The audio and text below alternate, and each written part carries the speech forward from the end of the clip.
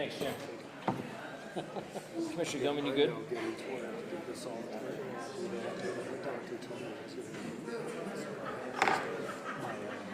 Sherman, you good? Good morning, everyone. Just a reminder, if you can silence your mobile devices, please, we're going to go ahead and get this meeting started. All right, good morning. Today is November 18th, 2025. It's 10:04 a.m. There's a quorum present. We're going to go ahead and call this meeting to order. Bringing us to item number 2, which is to convene as the Storey County Board of County Commissioners. Bringing us to item number 3, which is a Pledge of Allegiance. If you can all join me for that, please. Pledge allegiance to the flag of the United States of America and to the republic for which it stands, one nation, under God, indivisible, with liberty and justice for all.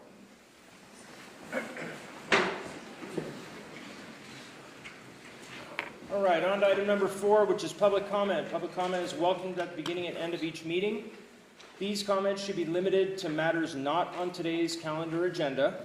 Public comment is again welcomed after each item on the agenda, and those comments should be limited to the agendized topic.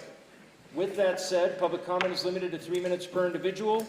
Is there anybody in the courtroom that wants to make some public comment not related to items that are going to be talked about today during the meeting?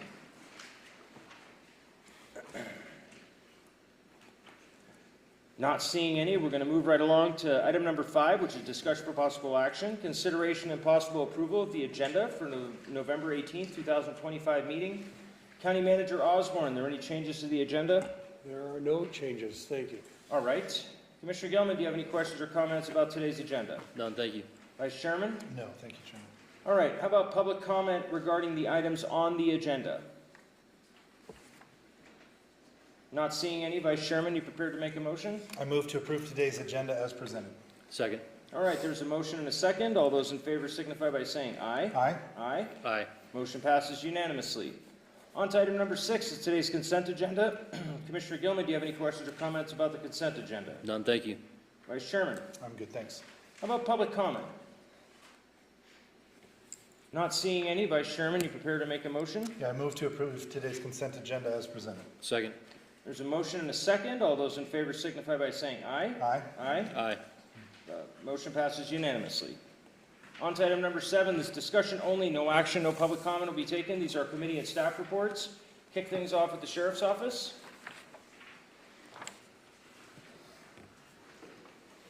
Good morning. Morning, Sheriff. Sheriff Cullen for the record. I do have a few things. Some good stuff actually going on at the Sheriff's Office. A little update from the last, I guess, couple of months. Our canines went down to Carson City recently and participated in a team competition down there, or a competition, and they won first place top team in narcotics detection. They won a few other awards also, but that was a good one. We recently got our search and rescue vehicle up and running and had our first call out the other day just for some property that was located out in the Storey County towards the petroglyphs, and they went out and picked it up. We used the truck, worked great, so that's a good thing, and they've done some training also with that recently, which has been great. I was just informed, some of our deputies are headed out to Fallon on Saturday at 2 p.m. for a dodgeball tournament with Churchill County Deputies Association for charity.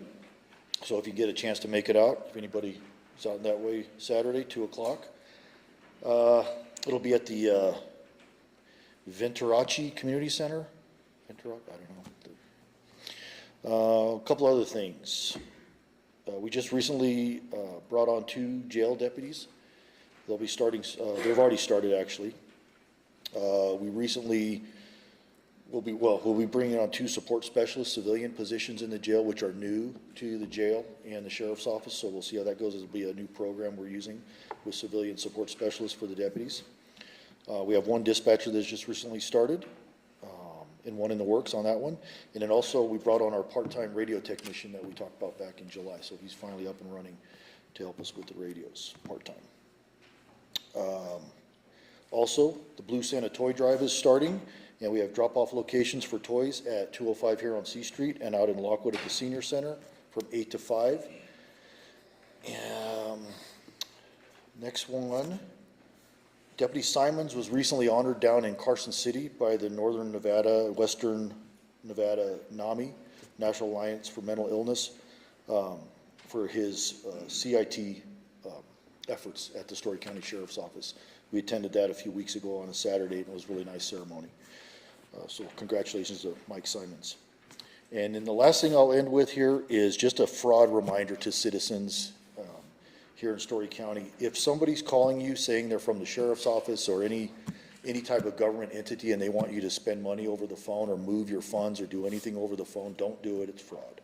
And if anybody ever has a question, call us and we can talk to them about it. We've seen that, especially with our elder community, and we want that to stop as much as we can. So just pay attention to that, and that's all I have, unless you have anything for me.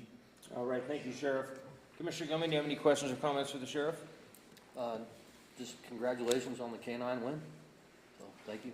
All right, Vice Chairman. I'm good, thanks. All right, thanks for the update. Great, thank you.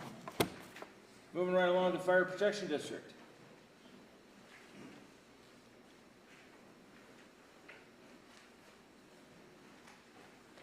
Good morning, Bob Reiser for the record. Just a quick update on some staffing issues. We're continuing the academy. We have 3 personnel down there in Carson at the Regional Academy, and they're learning the joys of training like this in the winter, and they get to learn how to shovel snow and do everything else to keep the academy grounds going before they can even get started, which will be very relevant once they start working up here. We're also in the process, we did new hire, so to speak, lateral testing. That test was last week. The interviews have been this week, continuing into next week, and we hope to be able to fill our 2 current vacant positions, get us back to full staff, and then potentially our 3 additional overhire positions that you approved previously.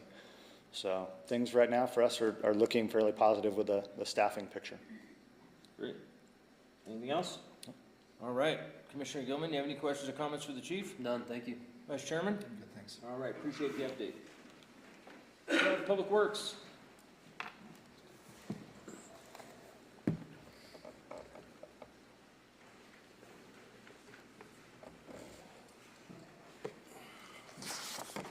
Morning, Chairman and Commissioners. Jason Worsbicky for the record. Just a couple quick updates. We're filling positions. We're just down 1 road guy right now and kind of getting him figured out and try to get that position filled, but we were able to promote 1 guy in the house, fill with a new entry level, and like I said, working on another level 2. We filled the buildings and grounds position that we had open. Finally, he'll be starting next week. We're on target to receive our new motor grader that we ordered several months ago on the 12th of December, and the loader should be here on the 8th of January. Things got pushed back a little bit on production through John Deere, and we got our first round sampling results back as an absent for PFAS, so we're pretty excited about that, and move on for next quarter's testing to follow up with that. So that's all I have. All right, thanks for that update, Jason. Commissioner Gilman, do you have any questions or comments? None, thank you. Vice Chairman? No, thanks. All right, great news, thanks. How about Project Manager?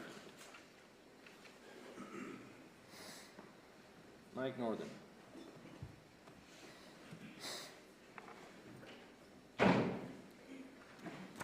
Thank you, Mr. Chairman. Mike Northland, Project Manager. A number of items to update the board on today. I'll start with the Mark Twain Vehicle Storage Building. We're in product submittal and procurement. We will be revising the civil drawings, getting revised pricing for the relocation of the building a little farther south on the site. As of now, I don't have a firm start date, but we will have that once we have the 100% revised drawings. Station 71, remodel and expansion. Project team has received the design proposal from H&K Architecture, is currently reviewing it. We will be meeting next week to discuss the proposal and specified scope of work and potentially produce a staff report for the board consideration next available meeting. TRI Sheriff's Office Substation. Project team will be meeting with the 3rd and last shortlisted design firm next week. Project team will meet to discuss and then solicit a proposal for the design from the selected firm. Time estimates on this project right now are 6 to 8 months in design, 8 to 10 months in construction. We are working to try and shorten that as we recognize there is a significant need for that work out at Tri. Also at the Tri building, the restroom remodel is currently under construction contract, and we are getting scheduling together right now. We expect product submittals to start next week. With the two aforementioned remodel projects in the TRI building, it's going to be necessary to update the fire alarm system in that building to be compliant with current codes. That'll be a subject of an upcoming agenda item today. The Fairgrounds Improvement Project. We have 100% plans and specs.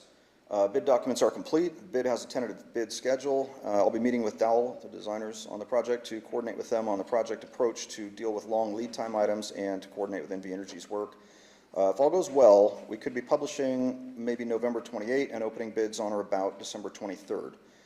These dates are, of course, subject to change, as every year things get really difficult to schedule around the holidays. Red Dog Rockery Wall, this is a very similar state to Fairgrounds in that the documents are complete. We have a tentative bid schedule similar to the Fairgrounds.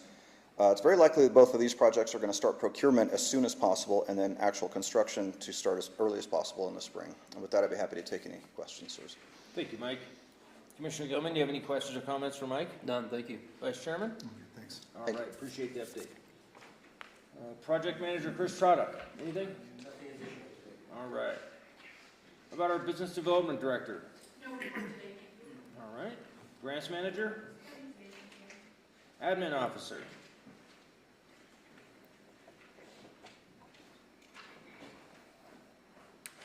Good morning, Lisa myself for the record.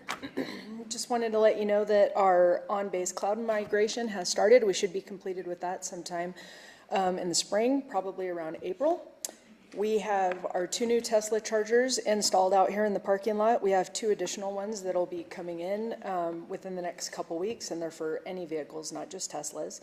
And we will be getting a Toys for Tots bin downstairs in the lobby area, probably within the next few days, maybe by next week. So if anybody is wanting to donate a toy for some of the kids in the area, this is where they can come do that.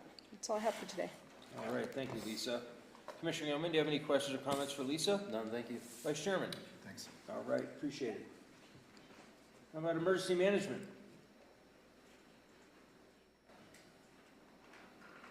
The VCTC?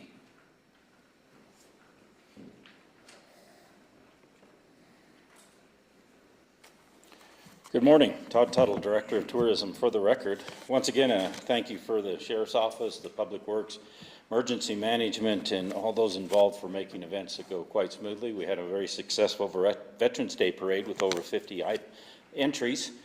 Feedback was extremely good with a little media coverage to represent us also. Just coming back from National Travel Association in Ottawa, Canada, Leah Cruz was there. She met with, there were over 200 travel agents and tour group operators that were there. She met with quite a number, promoting Storey County and the area that is surrounding us. We want to send out a great congratulations to Grady Armstrong. As you know, he'll be flipping the switch for the Christmas tree lighting. We've got a small delegation that will be out there to help support him during that, and we've also coordinated with a few people with Travel Nevada, et cetera, and hopefully we'll see a strong turnout in that event. Congratulations once to Grady. Coming up, Christmas on the Comstock, we have the decorating contest that will be going on for all the local merchants. It will be judged by our local Boy Scout troop, 847.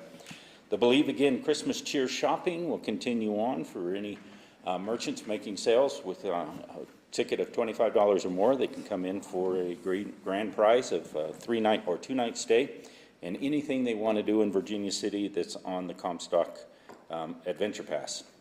We'll have on December 6th, Grinch Made Me Do It Saloon Crawl. It'll be from 1 o'clock to 5 o'clock. We'll have the Parade of Lights at 5 p.m. There will be a short closure of the street of C Street in order for that to go on. And fireworks will begin promptly at 6 p.m. on the 6th. On December 7th, there will be a performance of the Nutcracker Ballet at Piper's Opera House. It's scheduled for 3 p.m. There is a little update as that goes on. It's a local ballet troupe, so if you're looking to experience the Nutcracker, it will be performed once again in Piper's Opera House. On December 13th, Renovations Christmas Gathering will be here most of the day. We are expecting quite a strong turnout for it with a lot of little events to support that. There will be the Parade of Lights that night also at 5 p.m. The C Street will close once again. And at 6 p.m. will be the drone show. So as we add this new adventure to Virginia City, we're excited to see it hopefully launch, and we're not inundated with a snowstorm. On December 18th, the community movie night at Piper's Opera House will be put on by the Chamber of Commerce. So we're looking for a great Christmas movie to be put on at that point. On December 13th, 14th, 19th, 20th, and 21st will be Miracle on C Street, put on by Piper's Players there at Piper's Opera House. So it's a little rendition, sidetracked from Miracle on 34th Street. So we hope you come out and enjoy a great little community Christmas adventure. The other thing is we have our preliminary design work that's come back from the architect for the Bell and Howe site, and we're looking for some feedback and things on it as we begin to distribute that around. So that's my report. I'm open to any questions. All right, thank you, Todd. A lot of good stuff going on in December. Commissioner Gilman, questions or comments for Todd? None, thank you. Vice Chairman? Thanks. All right, appreciate the update. Thank you. How about the Comptroller's Office? Nothing at this time, thank you. Okay. Planning Department? Nothing today. Health and Community Services?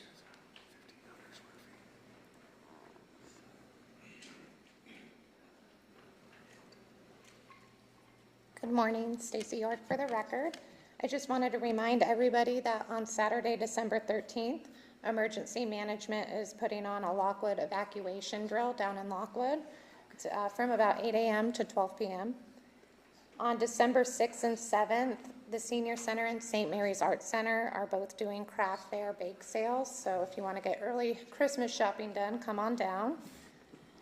We also have an abundance of turkeys this year for anybody in need of a turkey. Thank you, Donnie and the Mustang Ranch, as well as Redwood. So we will be passing out turkeys. Call Sarah at the Virginia City Senior Center if you need one, or Tony down in Lockwood. And then last week we had a happy story, which we don't get to say very much in senior services and health and community services. We had an undiagnosed man with dementia who the community had a lot of concern with. So between the community, sheriff's office, community development, clerk treasurer, and all of my staff at health and community services, we were able to get this man to his family safe and sound with no other worries. It was a huge risk. He was in a bad spot, but we finally had a success story. He's with family being taken care of, and we have the best community. I couldn't say enough. So that is it. All right, thank you for that update, Stacy. Commissioner Gilman, any questions or comments for Stacy? None, thank you. Vice Chairman? I don't have any questions, but thank you for letting us know about that story. Indeed. Thank you. How about the Recorder's Office? Nothing today, thanks. All right, thank you. Community Development?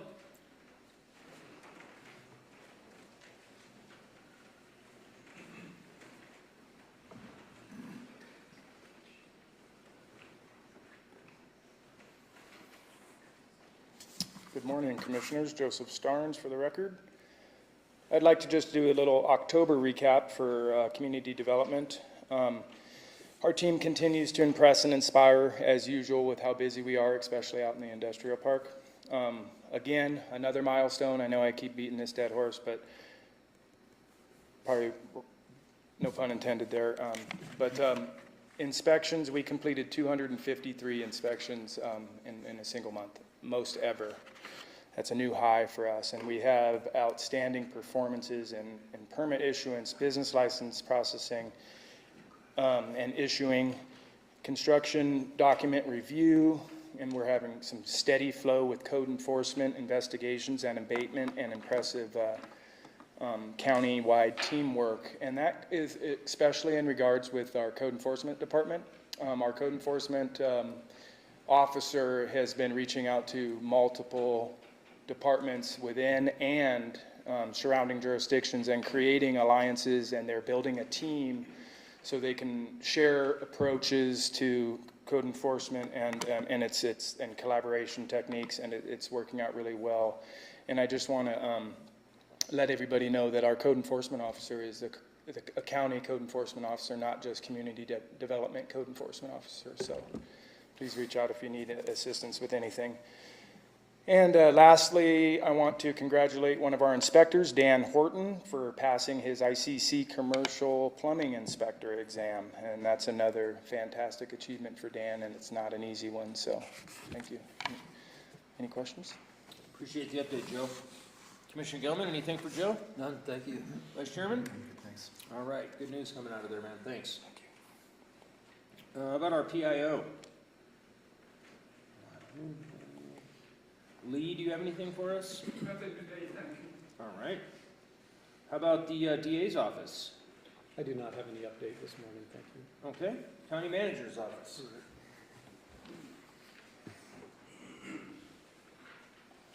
Morning, Commissioners. Austin Osborne. For the record, just a couple things. I'm speaking for IT Director James Dean. He was not able to make the meeting. He was called to an IT urgent matter, but he has successfully found a highly qualified cybersecurity administrator. So that person's coming from a local county here and has been doing this type of work for a very long time. I think that'll be a good thing in today's world.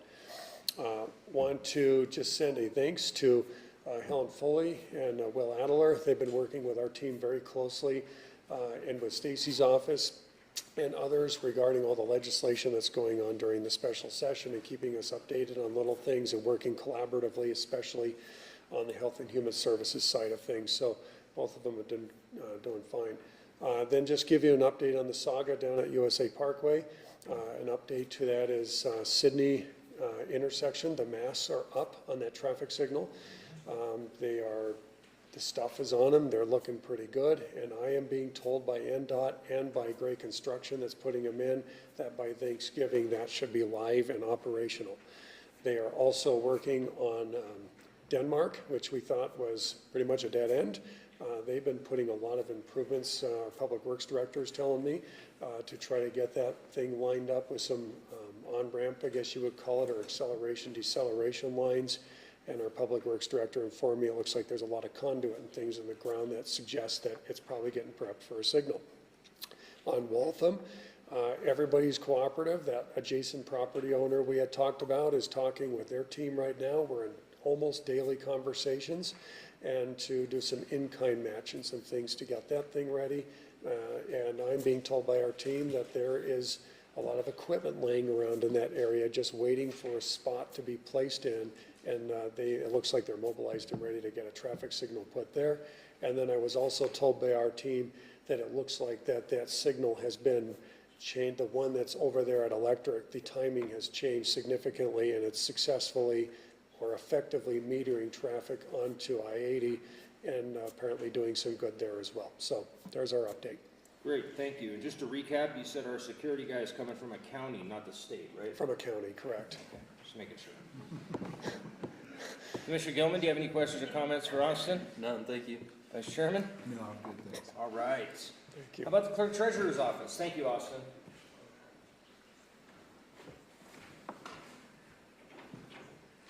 Thank you, Mr. Chair. Jim Hindle, Clerk and Treasurer. I know we haven't had some updates for a while, so I'll give you a couple here to catch you up. District Court continues to be busy and working through the development and implementation of the new CourtView software, case management, court management system. We also do this while we're still managing our normal court schedule, as well as the security upgrades for here in the courtroom. And so while this has been taxing, Alicia Duke, Deputy Clerk, has been doing a great job coordinating with all the different groups to get that done and providing the information needed. We are conducting one last mock election of the new VREM system, the beginning of December. The public is invited to observe if they are interested in watching that go on down in the Slammer. More information on that will be coming out through social media for those who are interested. Candidate filing is just a little over beginning a month away, with judicial candidates filing the first 2 weeks of January, and then non-judicial candidates running for office will be filing the first 2 weeks of March. So while that does sound a little way off, we're preparing for that. That's part of what this test is conducting to make sure everything's working, but also getting ready to start off the 2026 election cycle. DMV continues to post strong activity with over 300 transactions per month, still trending on that rate. We've been seeing an increased activity, and we continue to manage that, so we're making sure we address our residents' needs for whatever we can service. The Treasury activity continues to be busy, and we'd like to emphasize what the sheriff talked about with fraud, both to the public and within the county. We've seen a slight uptick in fraud on our county credit cards, so we ask that everybody that has a credit card just keep monitoring your statements and make sure that the bank and we in the Treasury are informed if there is any suspicious activity. Going into the holidays, we know that that is always a sensitive time, and so for the public, do the same thing. Manage your statements, make sure you're aware, because this is a time of increased fraud and increased scams. Also, with the holiday schedule coming up, we ask that the departments continue to coordinate with us. We'll be in communication to make sure that deposits are in so we can do month-end closings appropriately. And so if there are any questions or anybody anticipates anything, please let Dory Fate know so we can anticipate that. But we'll also be in contact to make sure we're managing that and get things done so we get these months closed accurately. That's all for now, but we continue to be busy. Thank you for the update, Jim. Commissioner Gilman, you have anything for Jim? None, thank you. Vice Chairman? All right, then, appreciate the update. Is there anybody in the courtroom that I forgot to call on that has an update for us today? All right, thank you, everybody. A lot of good news out there. We're going to move right along to item number 8, which is board comments. I'll start off to my left. Commissioner Gilman? Anything today? None, thank you. All right, Vice Chairman? Just one I wanted to call out, as County Manager mentioned, there is a special session going on at the legislature. It moves very fast. A lot of the negotiating happens outside of the public view, and then the meetings are rushed. And so I'm grateful for our lobbying team that's down there looking out for our interests, as well as NACO and other organizations that we're a part of that are looking out for us.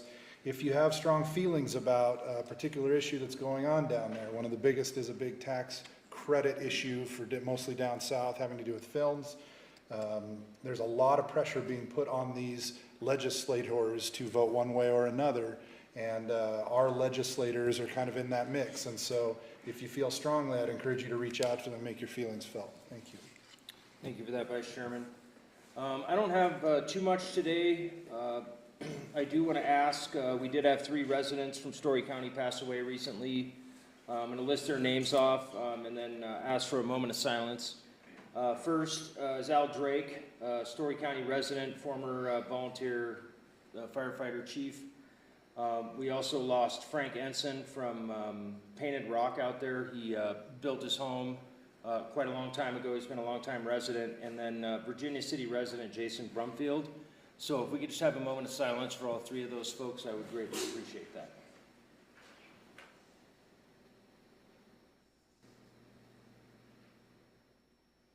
All right, thank you. Moving right along to item number 9, which is discussion only, introduction of Storey County's Dementia-Friendly Nevada Initiative in partnership with the UNR Cooperative Extension. Stacy, are you going to take this, or Ginger? Sarah. Sorry.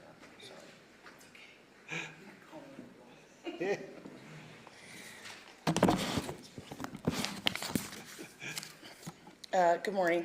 For those of you who don't know me, my name is Sarah Cannon. I'm the Virginia City Senior Center Site Manager under Storey County Health and Community Services. I'm here today to speak about dementia-friendly Storey County. Before I begin, I'd just like to express my gratitude and appreciation to the Director of Health and Community Services and my boss, Stacy, with her support and willingness to allow me time and flexibility to pursue initiatives beyond my formal job duties. It has been possible to develop programs like the one I'm presenting today. On to dementia-friendly Storey County. A few statistics. Dementia is not a single disease, but a collection of cognitive symptoms that interfere with daily functioning. There are 6 major types of dementia and more than 200 subtypes. In Nevada, an estimated 1 in 10 adults over the age of 65 currently lives with dementia or some form of cognitive decline. For Storey County specifically, that represents about 9% of our population. With these numbers being significant and no decrease expected, being proactive was paramount. Just over a year ago, I began working with UNR's Dementia Engagement Education and Research Program, also known as the DEAR program, to explore how we could better support residents facing cognitive challenges. As a result of that collaboration, Storey County has officially become the 10th county in Nevada to earn the dementia-friendly designation. This means that we acknowledge dementia is a public health priority. It means we believe that people living with dementia can live well, and it means we are committed to fostering an inclusive community. We held our first charter member meeting in October, and while we are still in the strategic planning stages, beginning in January, we will host public meetings on the second Thursday of each month. Our plan includes working with our businesses, public offices, first responders, and partner agencies to ensure everyone has the tools, training, and resources needed to recognize the rights and dignity of individuals living with dementia, with the goal of supporting their ability to remain engaged in daily community life. These meetings will bring together people living with dementia, their care partners, and anyone in the community interested in shaping this initiative to provide insight, share resources, and help create a stronger support network while building a more inclusive and compassionate Storey County. And that is all I have. Thank you, Sarah. You're welcome. There's no motion on that for us? All right, thank you very much. Thank you. On to item number 10, this is discussion for possible action. Consideration and possible approval of a donation agreement between Storey County and the Consolidated Virginia Mining Company, by which the CVMC will donate the surface rights of certain land in or adjacent to the Silver Terrace cemeteries in Virginia City to Storey County, subject to reserve rights for CVMC for a future family plot for use as expansion to the county cemetery. County Manager. All right, thank you, Commissioners. Austin Husband for the record, County Manager.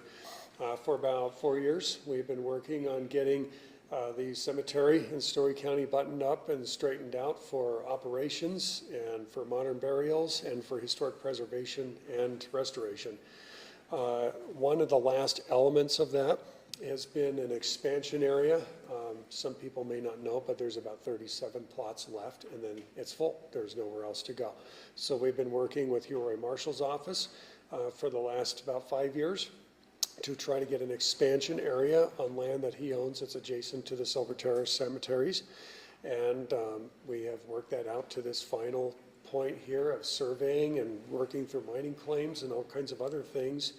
And this is the last step here, is this will be a donation of roughly 20 acres to Storey County to be used as a county cemetery for all residents in Storey County, as well as folks that are have lived here in the past but may not currently. And about 16,000 square feet of that would be reserved for the Roy family plot as part of the agreement we made. I want to extend a huge thank you to Roy Marshall, the county, and he go back a long way. And I think the project that we worked on with him for 7-8 years now, over all of this thing, is just a testament of us building bridges and trying to resolve issues. And he's been very generous in working with us in this. And I think this is going to be a very important thing to all of our families on the Comstock, as well as other parts of Storey County from here to Peanut Rock. So this is it. It's a donation agreement that would dedicate this land to Storey County, and it would forever be used as a county cemetery. It would be managed and operated under an interlocal agreement we have with the Comstock Cemetery Foundation that operates the rest of the facility.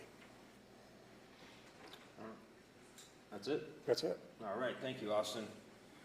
Commissioner Gilman, do you have any questions or comments? I do not, thank you. Vice Chairman? I don't have any questions, thank you. All right, is there any public comment? Not seeing any. Vice Chairman, are you prepared to make a motion? I am. I, Commissioner Mitchell, move to approve the donation agreement between Storey County and the Consolidated Virginia Mining Company, or CVMC, by which CVMC will donate the surface rights of certain land in or adjacent to the Silver Terrace cemeteries in Virginia City to Storey County, subject to reserved rights for CVMC for a future family plot for use as expansion of the county cemetery. Second. There's a motion and a second. All those in favor signify by saying aye. Aye? Aye. Aye. Motion passes unanimously. Thank you, Austin. Moving right along to item number 11, this discussion for possible action. Discussion and consideration directing future use of the saloon space within Piper's Opera House following a December 31st, 2025 expiration of a lease agreement between Storey County and Ponderosa Saloon, DBA Old Corner Bar, and notice of retirement by the current tenants and commencement of a request for qualifications for the management and historic preservation and restoration of Piper's Opera House. County Manager. Chairman Carmona. Yeah. Out of an abundance of caution, I need to recuse from this item. All right, noted. Thank you. County Manager. All right, thank you. Austin Osborne for the record, County Manager. I'm just going to give a little recap of what we're here today, mainly for the audience that has interest in this that may not have heard the first meetings that we had with the board. So just a little bit of background on here. As we're aware, the Old Corner Bar, or Ponderosa Saloon doing business as Old Corner Bar, operates at the corner of Piper's Opera House. We all know that. Roughly 90 days, not 90 days ago, but during the 90-day closure period of the existing lease agreement, that is set to expire in December of 2025, I was noticed by the current corner bar owners that they did not intend to run their business any further than December 31st. And that they intended then to close the business and want to ask our thoughts on, notice us per the contract. That period of time was roughly between September and December is a window of opportunity we're discussing here. I was asked roughly the first week and for roughly 3 weeks to hold anything, any communications with anybody or any further action until they were able to discuss potential successor owners at the time of the bar. So I had paused everything and let them go ahead and do that in confidentiality. And then I was noticed that there was a prospective individual, or maybe more the one that was interested in potentially buying the business and then operating it after December 31st at the same location. So roughly about, at that point, that's what we have now. We had a meeting at the last board meeting to discuss all these matters. The current owners of the bar did speak. They are here today and may want to speak again on the matter. And there was some discussions that happened at that time on November 8, dealt with alternative motions as they relate to not only the corner bar facility, but Piper's Opera House as a whole. As we're aware, we did give one attempt last year to do a request for qualifications, basically going out to bid to find a qualified nonprofit to operate Piper's Opera House in its entirety. We had discussed that. We had also discussed some legal opinions with the district attorney's office on how the lease may be managed. And of course, Attorney Brown is here to navigate us through any of that today. And there was some discussion about some potential for the current operators to do a month-by-month lease of the property beyond December 31st until we are able to find a 501c3 to operate all of Piper's Opera House. And then potentially that the new owners of Old Corner Bar could become a leasee of the 501c3, or potentially a leasee of the county again, where the county would operate both the 501c3 and the leasee of the bar. And we had, and at that point, the current owners of the bar said they did not have interest in doing a month-to-month beyond that, that they needed to close on December 31st. I will let you know that the current owners have contacted me since then, and I'll let them speak to this when it comes their turn, that they'd be willing to hold the bar open and operate it beyond the December 31st period on a month-to-month basis, but they would be at zero rent, zero lease, or zero cost lease. We had discussed at this point that there would be no ability to sublease. I will defer entirely to the district attorney's office on any further discussion of that. And at that point, a motion was made directing staff at this point to proceed forward to what we have here today, and then to go ahead and start preparing a new RFQ, meaning a request for qualifications to find a qualified 501c3 to operate the entire Opera House, inclusive of the old corner bar. What that could mean, and it can be further discussed today, is that 501c3 that opens up Piper's Opera House and operates it, they could either operate the old corner bar themselves, or they potentially could lease the old corner bar space to another private company, or they could decide to turn the old corner bar into a gift shop or do whatever they want with it. It would be their entire facility. That would be one option. There was also a direction to given to staff at the last meeting to begin a request for qualifications process to find a successor person or group or business to operate the old corner bar space, not necessarily the name of the business or the business itself. And that would be for a period of 12 months.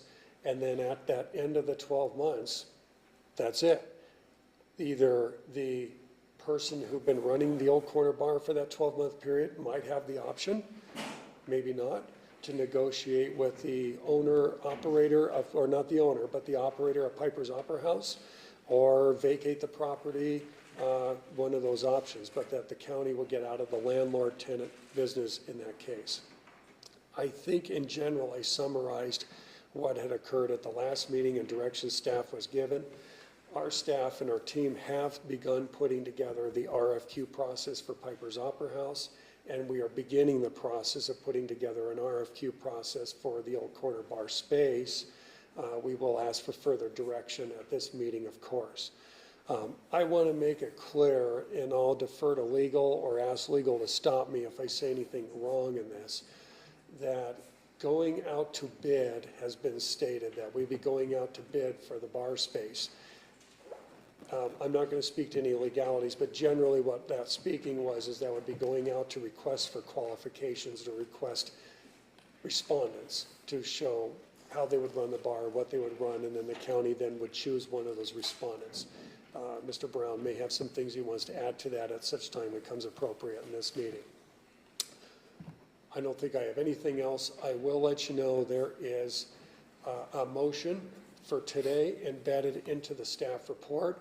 I also have printed one out so you can see it in a little bit better formatting just for the sake of ease in trying to make a motion because it's somewhat lengthy. I want to let you know that this motion, everything you see in that would be part of a motion. It's not A or B or C, but it certainly can be whatever this board would like it to be. The decision is not fully made. That's all I have. Thank you. Thank you, Austin. Vice Chairman, do you have any statements or questions before I go to public comment? My recollection of the last meeting was just a little bit different than the summary that the county manager gave, having to do with the potential to go out to bid. I'm going to use the vernacular, to go out to bid for the bar space. And I didn't recall specifically a 12-month window on that, although I'm not opposed to that as an option. But I thought I remembered that our main express goal was to be ready for that process should it become necessary. In other words, to be ready to go out to bid. The 12 months certainly could be the way that we do that, but I didn't see that as necessarily the only way that we could do that. Maybe I'm misremembering, and it's certainly possible. So I'll jump in real quick. I think the main goal was to find a way to keep the bar up and running while we go through the RFQ process for Piper's. Okay. The issue with Piper's is that one of the earlier respondents was concerned taking over Piper's if there was an existing business already in that location. And I don't think Austin covered it, but you know, there is a possibility that we get no respondents for Piper's and the person who is in that bar, running that bar for the previous 12 months could then choose to get into a lease with the county. Just because there isn't a solution with Piper's doesn't mean that we would move those folks out of that bar. Am I understanding that correctly? That's an option. Yeah, Austin Osborne for the record. I would say that was part of that discussion. Any legalities of what we have and with a successor, I want to defer to Brian. There's a couple particulars that are important. But generally speaking, if nobody responded to Piper's, then this board then would be like, what do we want to do with that property in the future with a current occupant, for example? Gotcha. Does that cover most of what you asked for? I think it does, thank you. I have just one other question. I think we went over this the last time, but I wanted to ask Mr. Brown, just to confirm, in the agreement that we currently have with the owners of the business, there are no provisions that allow that contract to be assigned to another party. And kind of the same question dealing with the idea of subleasing or that type of an adjustment to the arrangement. Yes, you are correct with regard to the contents of the lease.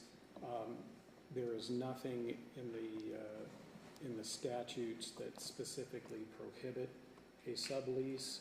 The legal issue that could be created, that could be challenged, would be that a sublease of the property would circumvent the bidding process as required under 244-283.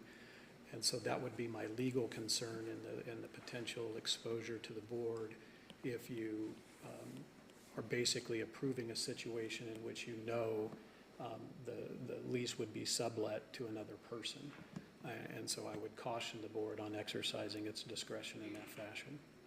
Very good, thank you. And I know sometimes I get frustrated because we have to follow rules a little differently than in the private sector when we're dealing with issues like this.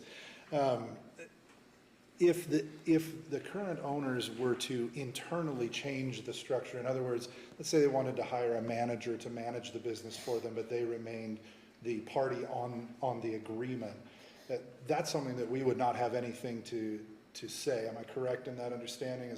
As long as they're keeping up what they've agreed to in the agreement, there's no prohibition against that. It's not really up to us to tell them how to run their business. Yeah, nothing in the lease terms that we have would give the county any oversight on the management of that business, assuming that it complied with all local laws and regulations of how it's being managed. But we don't have any internal control pursuant to the lease or statute to tell them how to run the business. Very good, thank you. Thank you. Those are my procedural questions. I'll be happy to hear what the public has to say. I appreciate the work done on coming up with a possibility of kind of an interim procedure. I guess one of my questions in regard to that would be if we're talking about a 12-month agreement, there's certainly an amount of work that would need to be done to do that. Now, I think we hand out liquor licenses pretty easily here in Storey County, so that may not be too much of an impediment. But I'm just wondering if 12 months by itself is enough for someone to say, yeah, I'll do all the things I need to do to get up and running to keep the business going. If that's something we were to consider, would it make sense to have an option to renew? But again, with that kind of the caveat that if the county leases out pipers, then the 501c3 would really have kind of some say in what they do there. Anybody want to jump in before I do? So, yeah, I'm not opposed to that either. 12 months, I think, was sort of the time frame to get the RFQ out for pipers, but I would definitely like to see the option for at least a month if that pipers process takes longer. So I think we're in agreement on that as well. Can I ask for a clarification? Yeah. Kind of what I think I'm hearing from Commissioner Mitchell is if we were to do this option, that we'd have a 12-month lease for the successor, and this conversation may change depending on public comment that comes up, and I understand there's some folks here that may want to bid on the property. And then at that point, there'd be an extension availability after 12 months, but it'd be conditioned on the fact nobody responded to pipers or nobody was chosen for pipers. Right. Somebody was chosen for pipers, then they'd be like, hey, you gotta make a deal with pipers. If you can make a deal with pipers, good for you. If you can't, we're sorry, it's a 12-month lease. I think what might dovetail into that too is part of the motion that's in front of you as well is to purchase the personal property of the old corner bar, which includes some refrigerators, bar stools, appurtenances, the stuff in there. And we'd have to be done by a county appraisal, of course, but I think the theory is behind that is whoever would be coming into that saloon would be a turnkey. They could just walk in and start operating it. They don't have to procure that and start a business from scratch. Thank you. Yes, and my reason for bringing up the question about the 12 months is if we go through an RFP, RFQ process at this point, and for whatever reason, we're not able to find an appropriate organization to manage pipers, then we would have to go through that same process again in 12 months if there was no option to renew or continue at that point. And so I'm hoping to avoid duplicate work and maybe give a bit more certainty if that is the direction that things go to whoever would step into that role so that they don't have to then rebid again. I mean, if we choose someone, they step up for 12 months and then we go back out to bid and someone else wins the bid at that point. Yeah, no. There's a bit of uncertainty there, and that's what I'm trying to avoid. I agree with you. I'd like to see the 12-month lease with the option to extend it at that point. Yeah. I couldn't agree more. Good so far? And I believe under statute, the maximum extension is 2 years. I mean, we're allowed to do up to 3 years on an initial lease, but then a possible extension up to 2 years. I'm not suggesting that necessarily, but just confirming that that's typically the parameters we have to work with. Those are the overall larger parameters of the leasing options that you have. And when if the board chooses to go out to the quote bidding process, the terms of those lease must be part of the bid of what we want to do. So it would, you would need to have in that bid proposal that we want a 12-month lease, options that it would require both parties to be willing to extend it beyond that time, and however the board decides, up to an extension a year to year or a month to month after that. But we can write the language however the board wants to move forward with the possible extension. Thank you. Does that cover you? Yeah. All right. Okay, let's go to public comment. I want to remind everybody, please, when you get up here, state your name for the record. And there is 3 minutes per person. So let's open up the floor. Is there any public comment? Come on up. You got that? Good morning, Commissioners. For the record, John Strahan, proud lifetime member of VFW Post 8071. I appreciate the effort on behalf of the Post and what we're taking back and keeping us updated through the commission meeting like this and the newer discussions that's come out today. Here to say we discussed this at our last Post meeting, and we are, as a Post, very interested in this possibility is either competing on the bid process for the RFQ for the pipers. However, as I stated last month or last meeting, this would work for us if we were able to get the corner bar in the deal as well as part of the RFQ. We would also be interested in just putting in a bid for the corner bar should that become available. And that's on behalf of VFW Post 8071. Again, thank you. Thank you. Appreciate it. Next for public comment.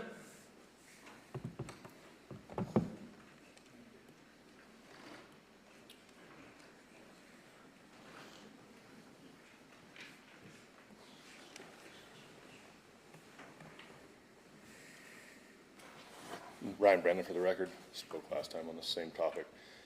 Biggest thing we like to see, especially in the community, is to see the bar remain basically untouched, which it will if it ended up in our hands. And it'd be fine if we did have to go into the RFQ process as well. It's like I said, if it did end up with us, all the employment would stay the same. Everything with it in general itself, the way the bar operates and will be the kind of the small community, mainly bar, will all stay the same. And yeah, I'm just trying to make it a little easier. Billy and Tammy aren't gonna lose out on purchases of their property and the name, which they might if it goes to having to have it assessed as well. And yeah, and then 1 year lease is great with the possibility of even month to month to up to 2 years, I feel would be good. And like I said, we just operate it as usual. It wouldn't be a day where it was shut down or anything, nobody losing jobs or anything like that. It would be run with the same schedule as well. All right. So, yeah, thank you. Thank you for your comments, Ryan.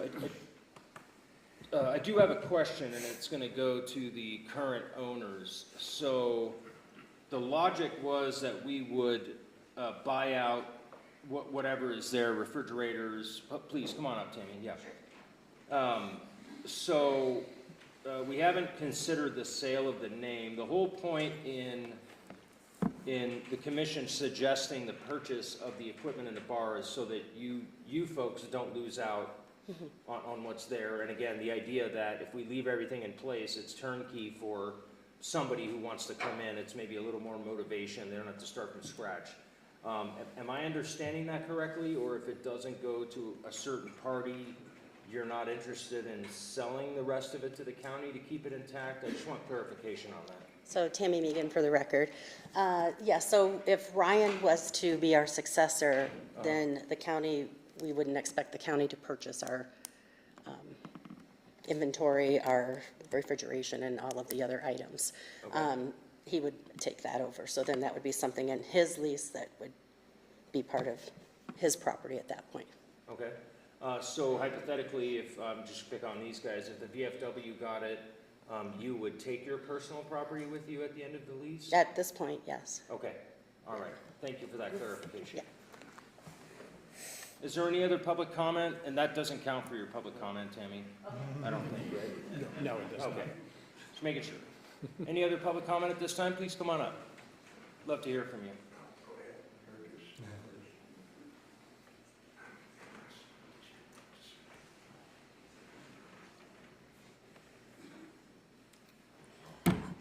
Good morning, everybody. My name is Lisa Cook. I work at the Corner Bar. I'm a bartender there. I've been there for 15 years. Most of my co-workers have been there just as long. All of us are over 70, so if we don't have a job, it's going to be a little tough trying to find one. And we're more than just a bar. People come there for a lot of reasons. They come there to be a part of the community. They come there to be a part of the tourists come to our bar because it's a little more low-key than the ones down on the main, and they get to see more of the life of Virginia City there. As bartenders, we always take care of our customers. Sometimes some of our customers, we're the only people that they talk to all day long. And so I really think that we're a benefit for the community, and I hope you choose to go our way. Thank you, and let's hope it all works. Thank you for taking the time to comment. Somebody else? Please.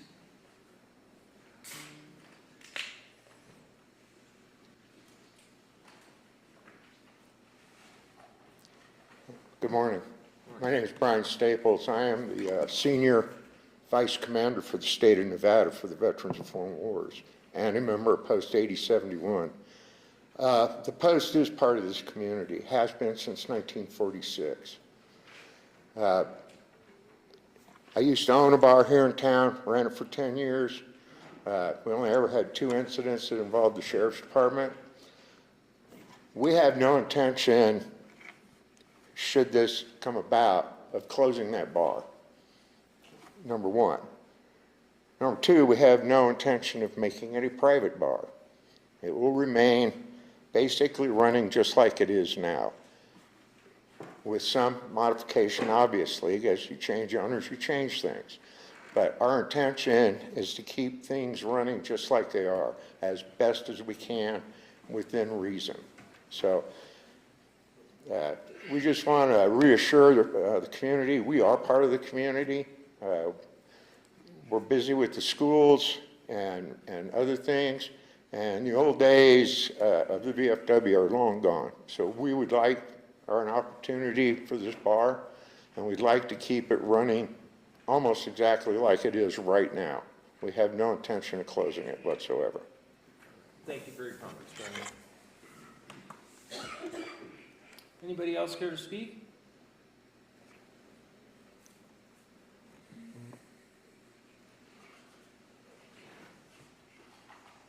My name is Louise Giberson. I am a member of the Virginia City community. In 1998, I'm guessing, I was one of the original board members for Piper's Opera House Program Incorporated. That was the nonprofit that purchased the Opera House from Carol Piper Marshall. I was a member for 6 years, and during that time we helped develop the corner bar, and our organization decided then that we had to split the bar off from the operation of the Opera House. Running the Opera House with all of its events, the upkeep, the restoration efforts was just enough work for the board, and there was no way that you could run the bar too. The name of the corner bar was a historic name, and that was one of the provisions when we decided to split the bar area off, that they keep that name. And I encourage everybody that's involved to please consider that historic name. Thank you, Louise. Do you have any other public comment at this time?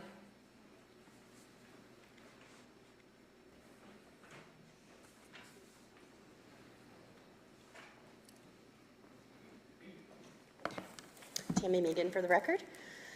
We know that Todd Tuttle had said last meeting that there are several events throughout the whole year. I jotted down a few. We have 1, 2, 3, 4, 6, 7 just this month coming up still. So with the bar not being ran 7 days a week, which I know my understanding is VFW is volunteers, are they going to have enough staff to run it 7 days a week at regular hours? So that would be the support to Pipers and their events, and also, again, the security of having an on-site person there 7 days a week. So, Thank you, Tammy. Do we have any other public comment at this time? All right. Thank you for those who came up to comment. Vice Chairman, do you have any additional questions at this time? Maybe comments? I don't have any additional questions. I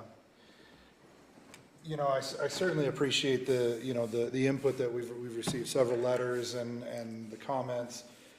It's helpful to understand the situation and kind of what's at play and what's important to our folks here in town. For me, the priority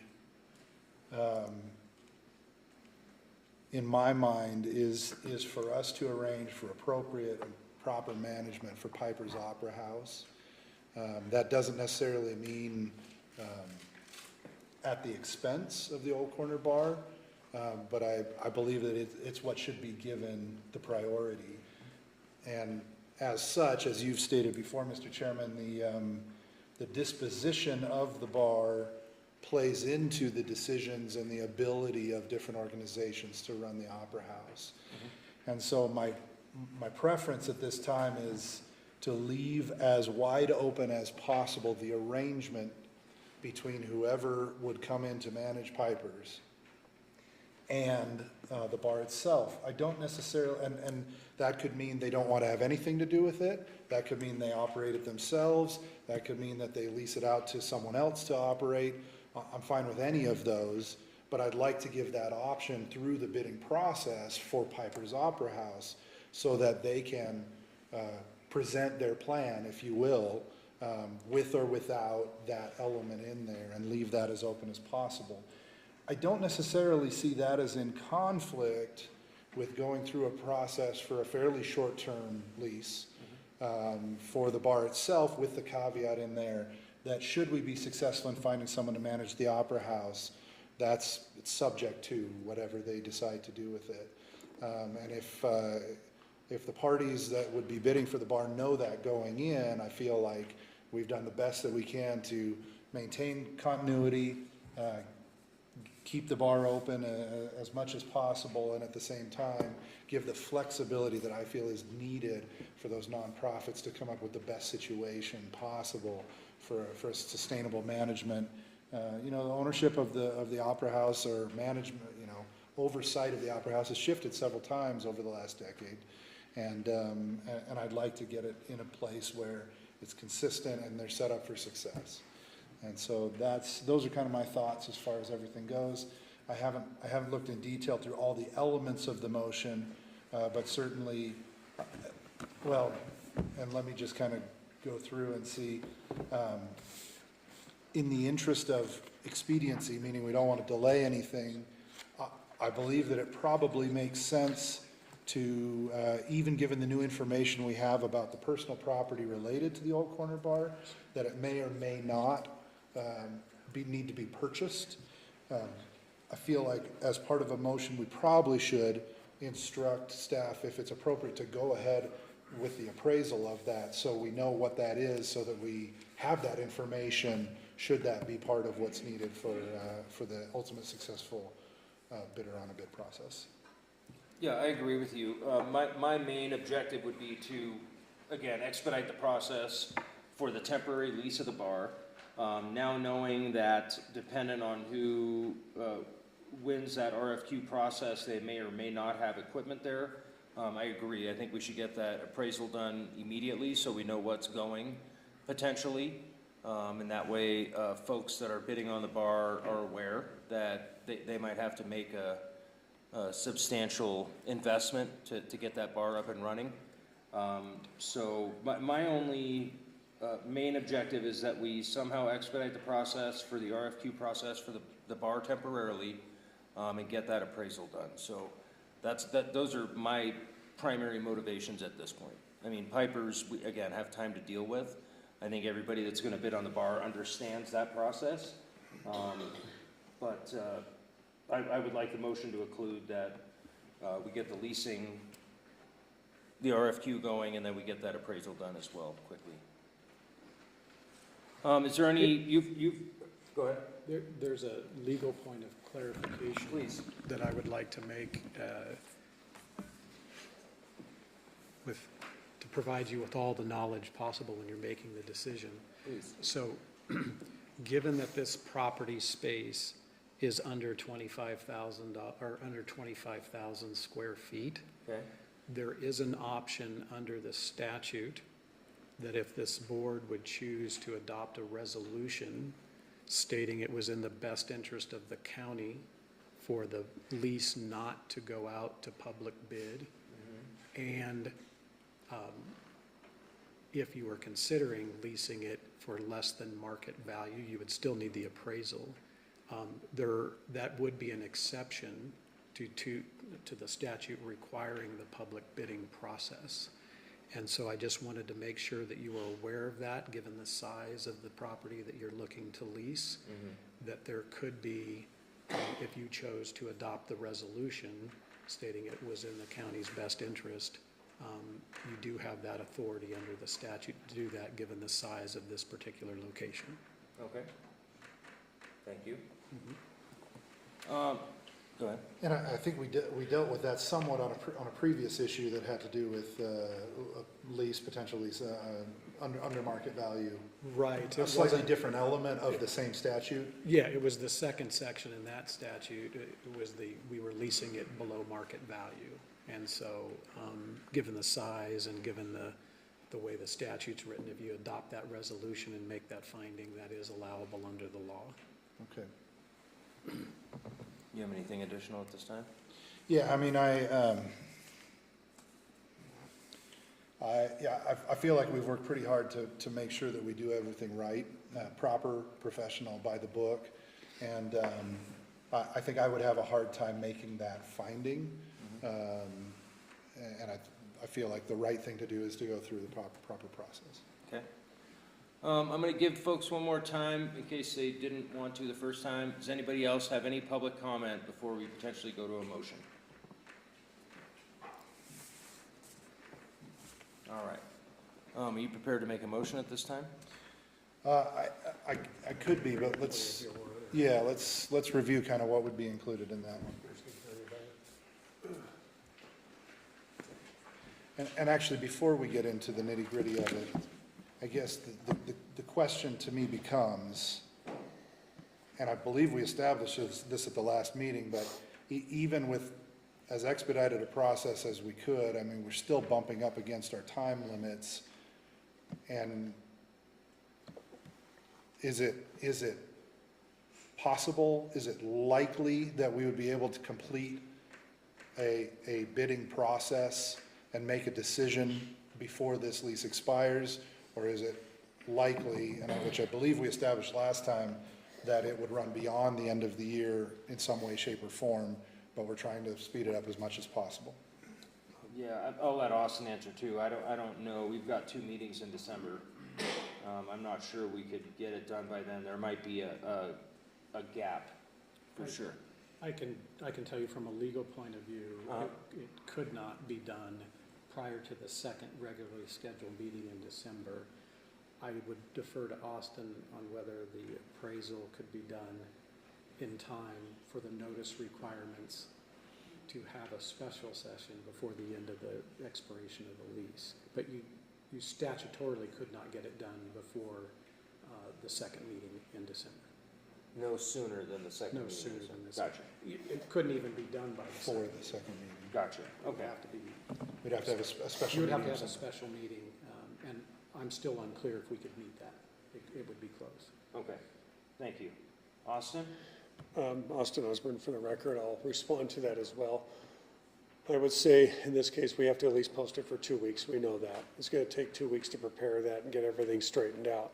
There's an appraisal of the property that's there now that needs to be completed. We need to reach out to our county appraisal in the order that policy says that we must.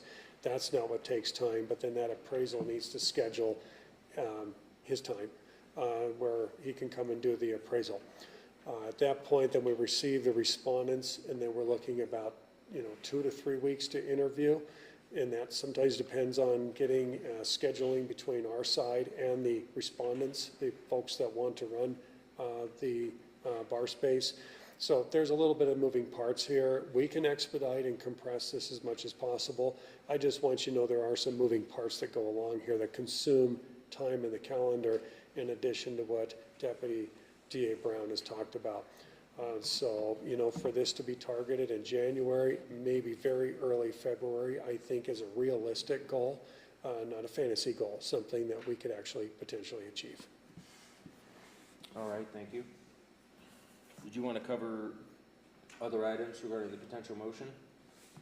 I just want to point in front of you, Austin Osborne, for the record, you do have, the motion that's in front of you on paper is the same one that's in the packet. It's just written a little nicer with bold language and stuff for reading. The public does have one behind the room there if they would like to look at it as well. I'd be happy to walk through this motion if you want me to read the motion so everybody can see or hear what's going on, or you don't have to read that very long thing. Be happy to do whatever you like. I will listen for whatever you say and everything to help incorporate the conversation that happened today into your motion. You can obviously confirm that I said that right or not, and then proceed from there. All right, thank you, Austin. Do you have any preferences, Vice Chairman?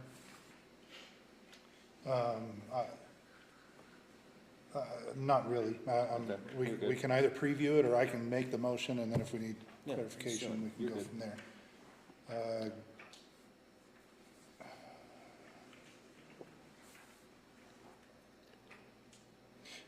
Let me just ask for a point of clarification. The way that the motion is structured is to run the bid process concurrently for the two. I think we're expecting it to take a little bit longer for the Piper's Opera House process to play out. Mm-hmm. Correct. And I'm wondering if that section E of the motion that talks about allowing bidders to respond to either, certainly don't have a problem with either or both. I just want to be clear that it may not be an either in the same time frame.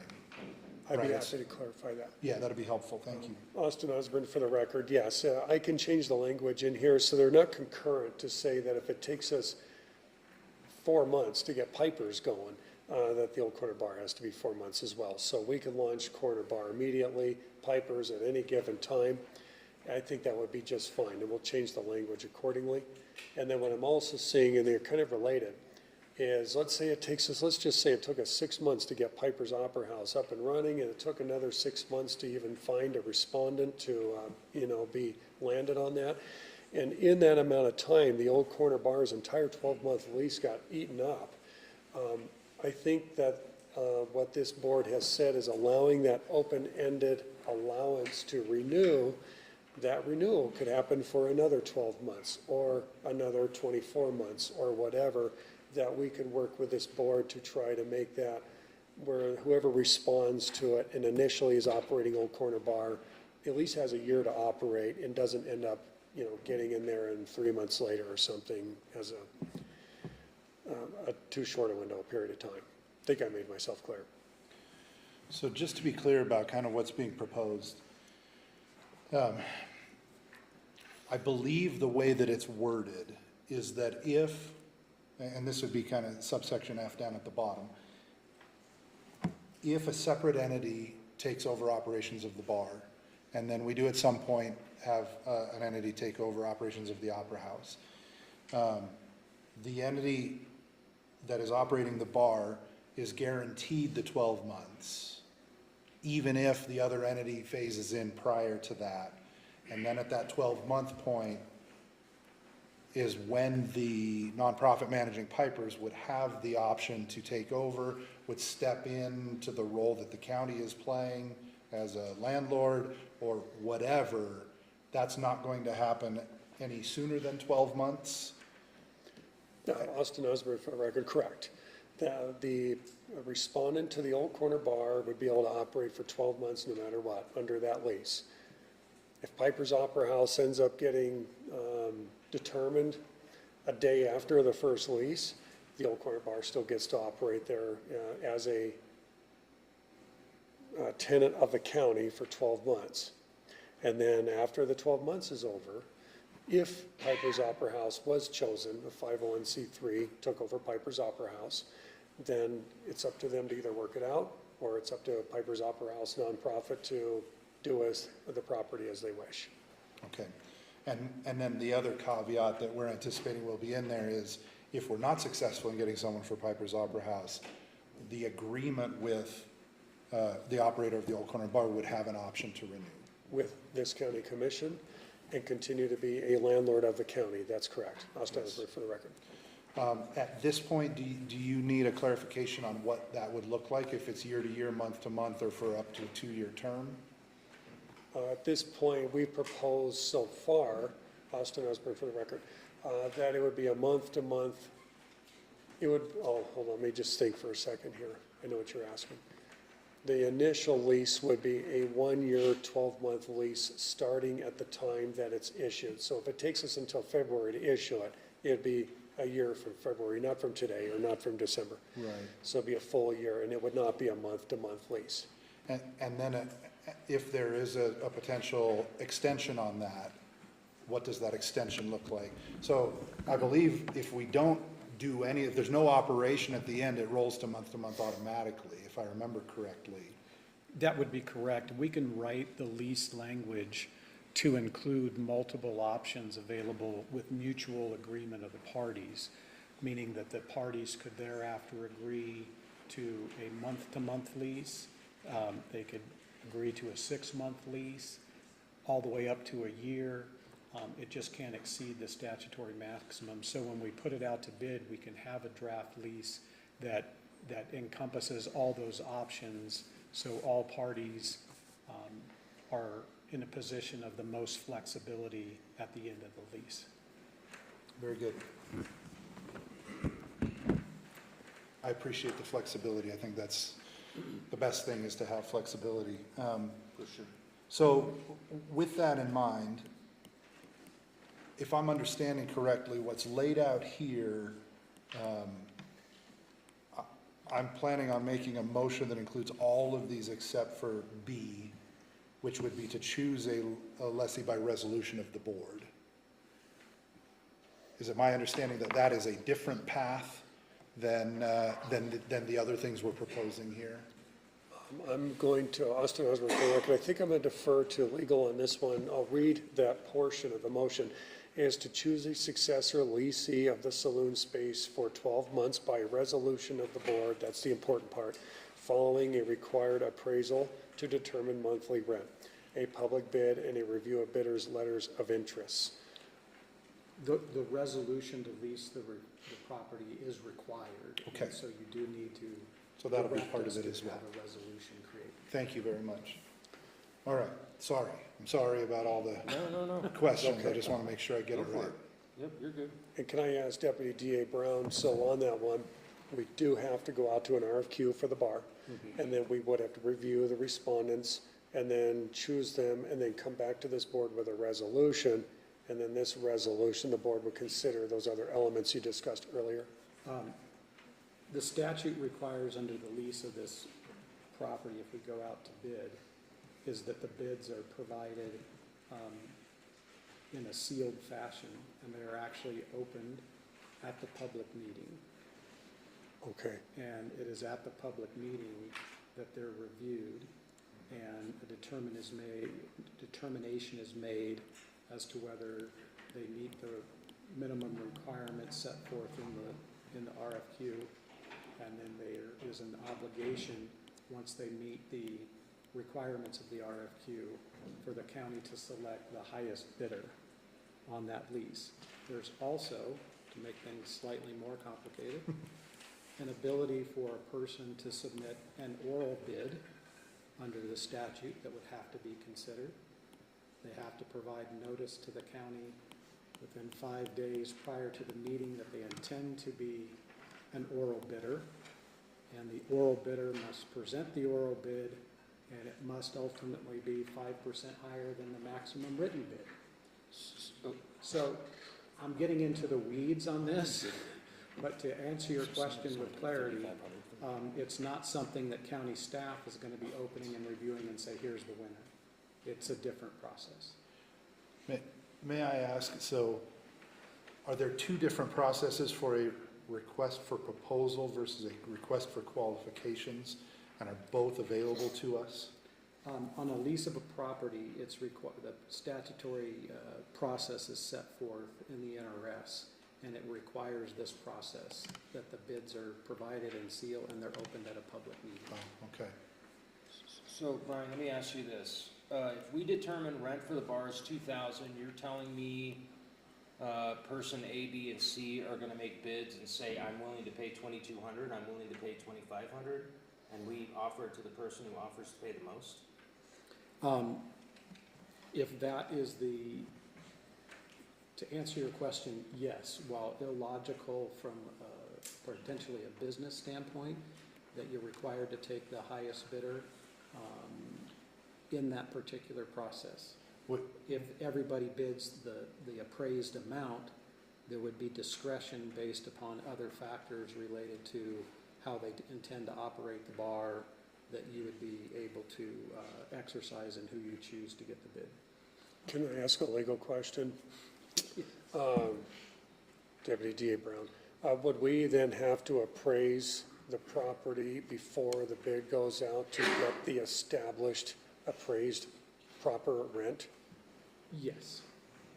The appraisal amount needs to be in the bid. When was the last appraisal done, and is that something that we could use? Just over a year ago, if I'm right. I'll look to Jennifer. 2 years ago, thank you. Is in accordance with the prior. For this property? Yeah. Okay. When we went through this process in the existing lease. Deputy DA Brown, the resolution process where we make a resolution that we find something to be in the best interest of the county, is that as a reason to depart from whatever the established norm is that something that could come into play in that bidding process where we look at it and we say, everyone bid the same, or this bid is better because of X, Y, and Z, and so we make a resolution that this is in the best interest of the county, even if it's not the highest lease amount offered in the bid?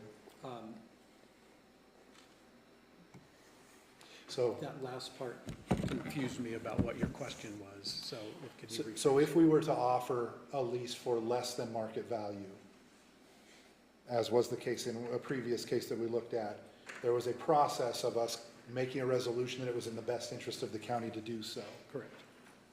Is that a process or a similar, are we locked into having to take the highest bid amount, or could we use that same process to say, by extrapolation, if you will, it is in the best interest of the county to take this bid for X, Y, and Z reasons, even though it is not the highest?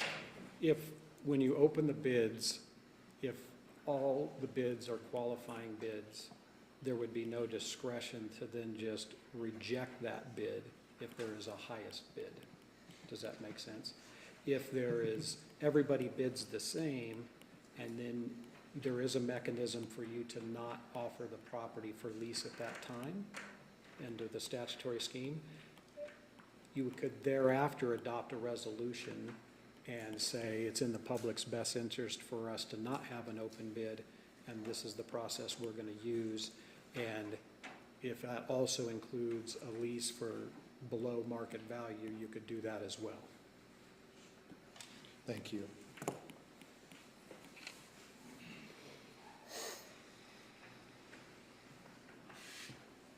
Just gets more and more fun the Right. further we go into it. Right. Are you prepared with a motion at this point? I believe I am. Okay. Let me hear.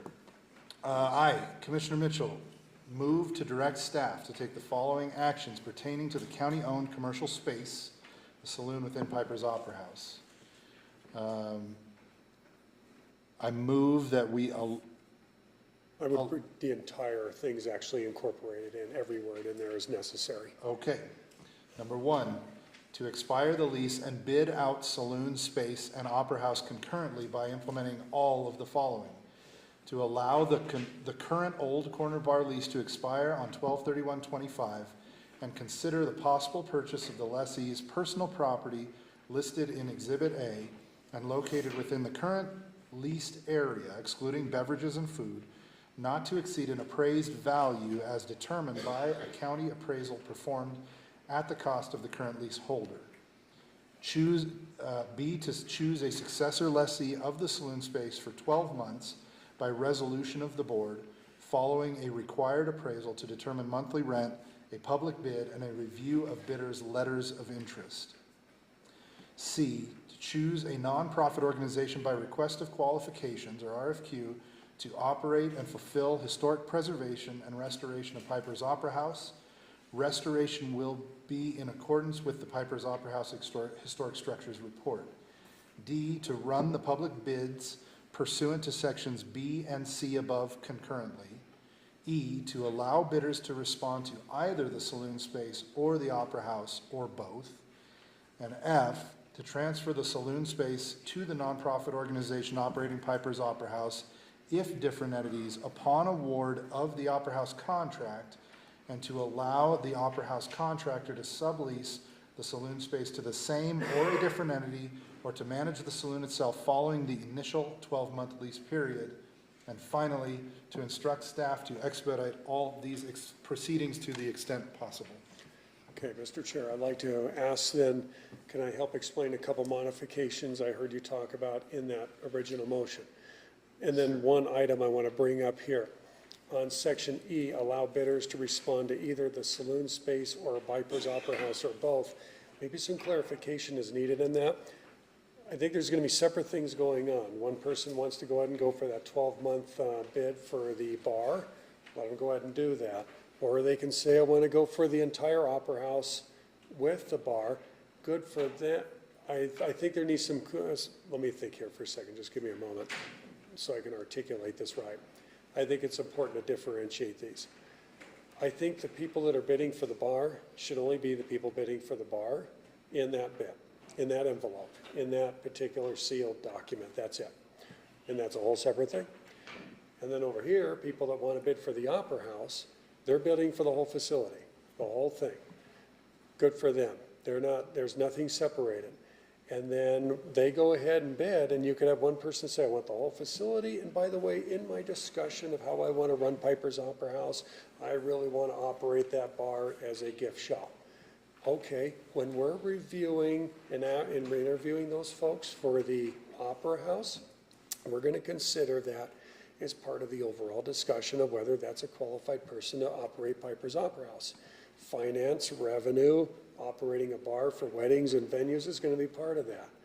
Another bid that comes in for Piper's Opera House says, we want to just get into theater, we really are into restoration, we are going to lease that bar out. When that first 12 months is up, we are going to lease it out to the current people or to someone else.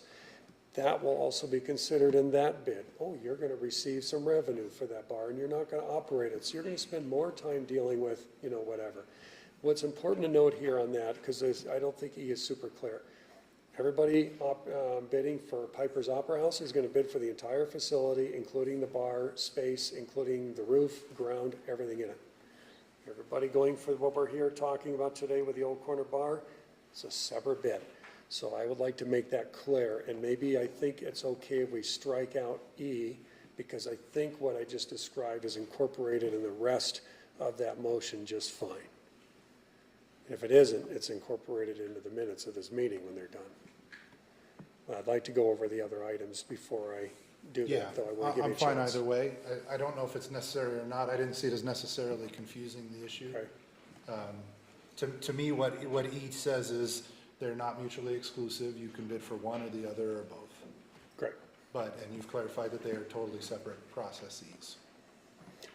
If you're good, I'll go ahead and just a couple other things I noticed in this discussion is the word concurrent. Wherever it says concurrent in here, we'll change the language a little bit so that we can go ahead and get the Old Corner Bar moving along and not have to wait for the Piper's bid to go out. And then we will also, whoever wins Old Corner Bar, that lease will begin 12 months, or will continue 12 months from the day that it's approved by this board. Yes, I don't have an expectation that they will start and end the processes on the same schedule, but they may run concurrently. Okay. I don't think I have anything else unless I missed something. The only thing I may not have been explicit about in the motion has to do with offering renewal terms after the 12 months. Okay, I will clarify that then. You're right, Commissioner Mitchell, that we will make sure that the lease that goes out for bid for the bar will include a renewal ability per this board. It'll have to come back to this board. And that renewal will be dependent or subject to somebody not operating Piper's Opera House at the time that that comes. And subject to mutual agreement of both parties for a length up to 2 years. Are we okay with that, Deputy DA? Okay. Yes, we're okay with that. Comfortable with that, okay. Very good. I will conclude this incredibly complex motion by referencing the conversation we have had on the record as clarification for the intent of the motion. You good, Austin? I am, thank you. All right, there's a motion. I'll second that motion. All those in favor signify by saying aye. Aye. Aye. Motion passes unanimously.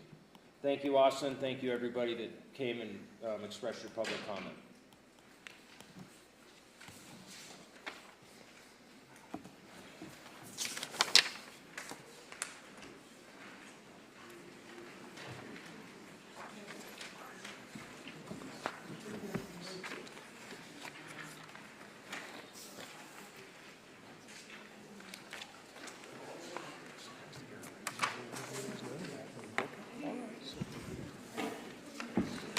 Welcome back. Thank you. Nice job.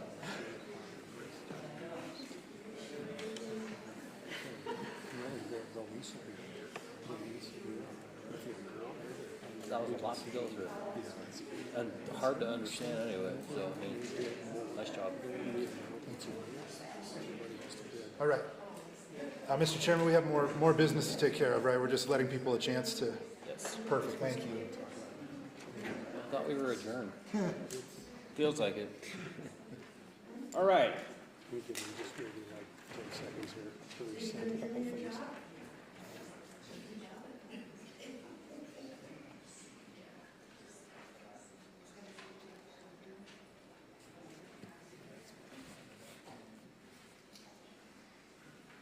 Okay, I'm good. Thank you, Chair. All right, moving on to item number 12, this is discussion for possible action. Discussion and possible consideration to approve interlocal agreement between Storey County and the Storey County School District for seasonal use of county property for temporary school bus parking and related activity for approximately 18 months, when a possible extension of up to an additional 24 months and for no cost. County Manager Osborne. All right, thank you, Austin Osborne, for the record, County Manager. What you have in front of you is I've been working with the school superintendent for quite some time on trying to find them some place to park school buses during the construction phases of their new school building. down by the historic train depot in that area. We agree is an appropriate area that provides what they need. I have communicated with the VCTC and Public Works to make sure that it works around their scheduling. It won't cause any issues there, and the school district is comfortable around the scheduling. Essentially, the buses could be parked there between November and April during the winter months.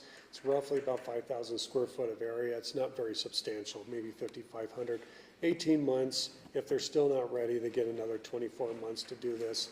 They're allowed to put some related things there like an outhouse and fences and security, stuff like that. They'd have to get Historic District Commission if there's any structures, of course. It's for an amount of $0 a month. It's free, and it's pretty simple stuff. And so I just want to thank the school superintendent and his team. Been really great to work with in this, and as well as VCTC and Public Works too have been generous here trying to come up with a resolution. That's pretty much all this is. All right, thank you, Austin. Commissioner Gilman, do you have any questions or comments on this item? None, thank you. Vice Chairman?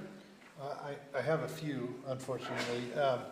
I see three different areas outlined on the map. Are we considering all three of those areas in that same section there?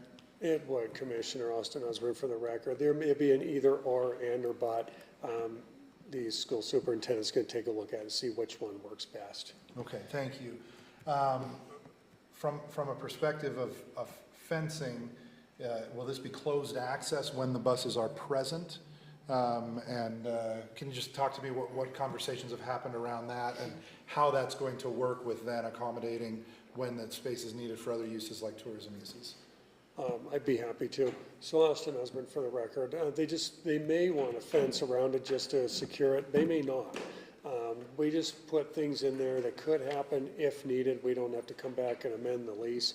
That is actually something I didn't think of. They put the fence there, temporary fencing, and then they're not occupying it. I can certainly follow up with that.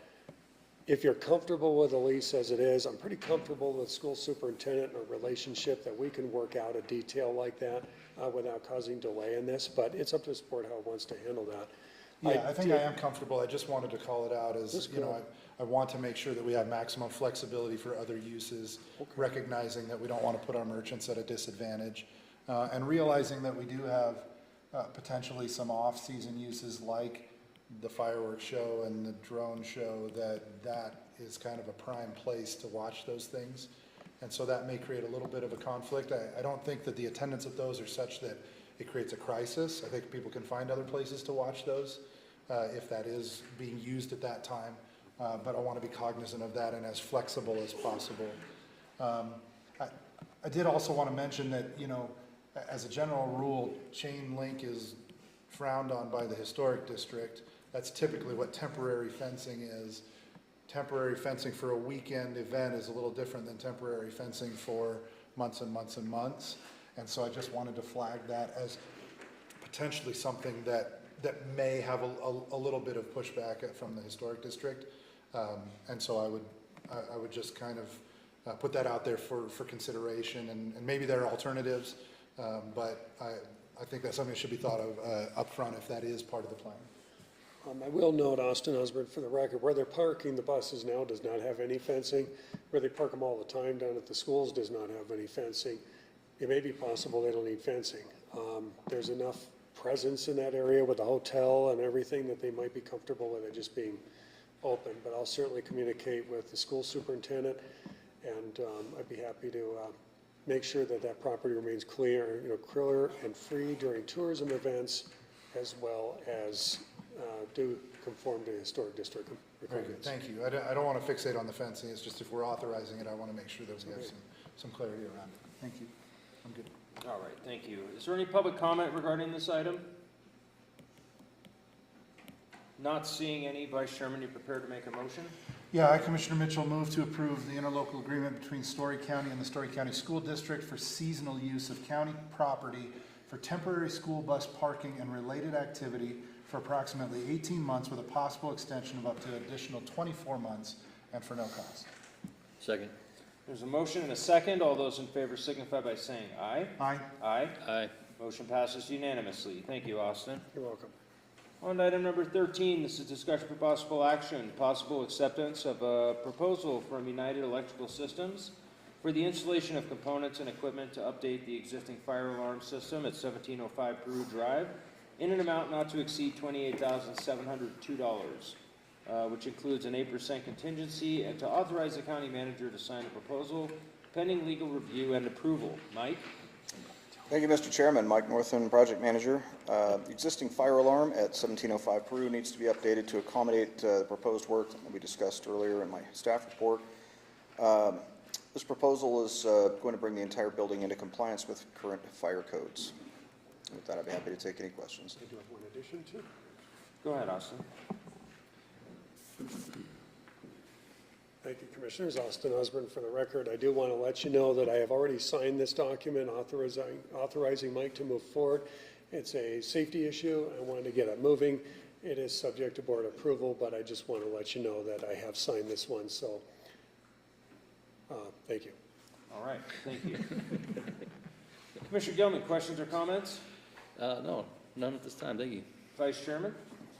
I guess my only question would be for Deputy DA Brown. Should I structure this motion as a ratification of an already undertaken action, or are we okay with just an approval?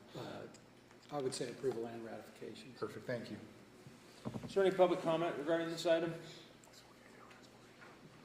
Not seeing any. Vice Chairman, you prepared to make a motion?